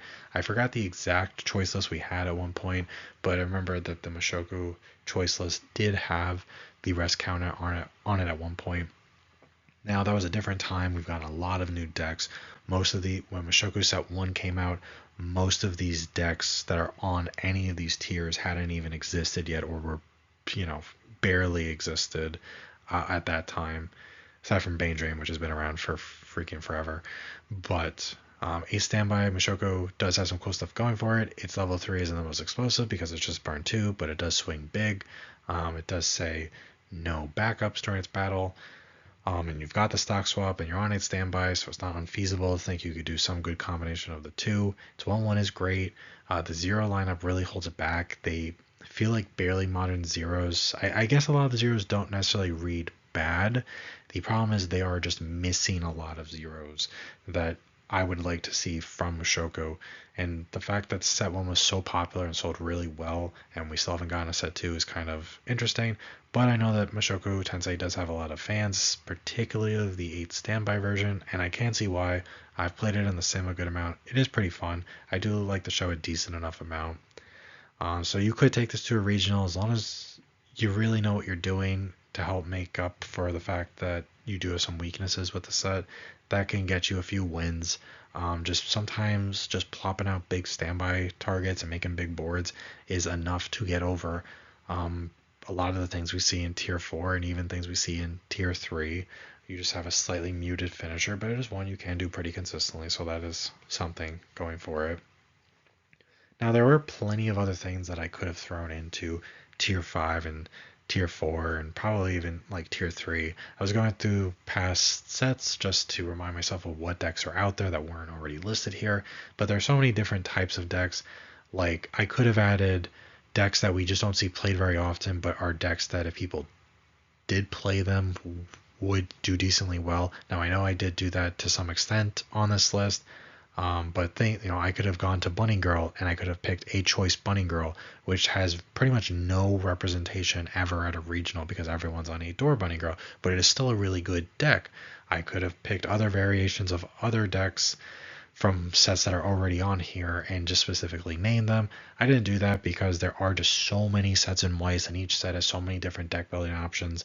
And when I was just going through the last few years looking at sets, this tier list would have been so much bigger, the video would have been so much longer than it already was, that I just wanted to cut some things out. But there are plenty of other great options you could take to a regional. If you just pick most sets that have released within the last 3 or 4 years, not all, there are exceptions, there are sets that we get that are just flat out bad, but decks from those sets, some of which those sets might be represented on this list, as long as you know what you're doing as a deck builder and you know what works for a deck and what doesn't, and you know how to play your deck, there's no reason why you cannot just take it to a singles regional. And if you understand the meta, and you understand what your deck is capable of and what it's not capable of, just having a decent enough time playing decks that may not be on here but could probably go into definitely tier 5, definitely tier 4, probably some tier 3s that I easily could have added here. You could definitely do that, have a lot of fun. It's easier to have a bit more fun when you're at a team's regional. They are generally a bit more casual. It's nice seeing more diversity with the decks and being forced to play different things as your teammates so that you're not all just on whatever the number one deck is at the time. It is a lot more fun.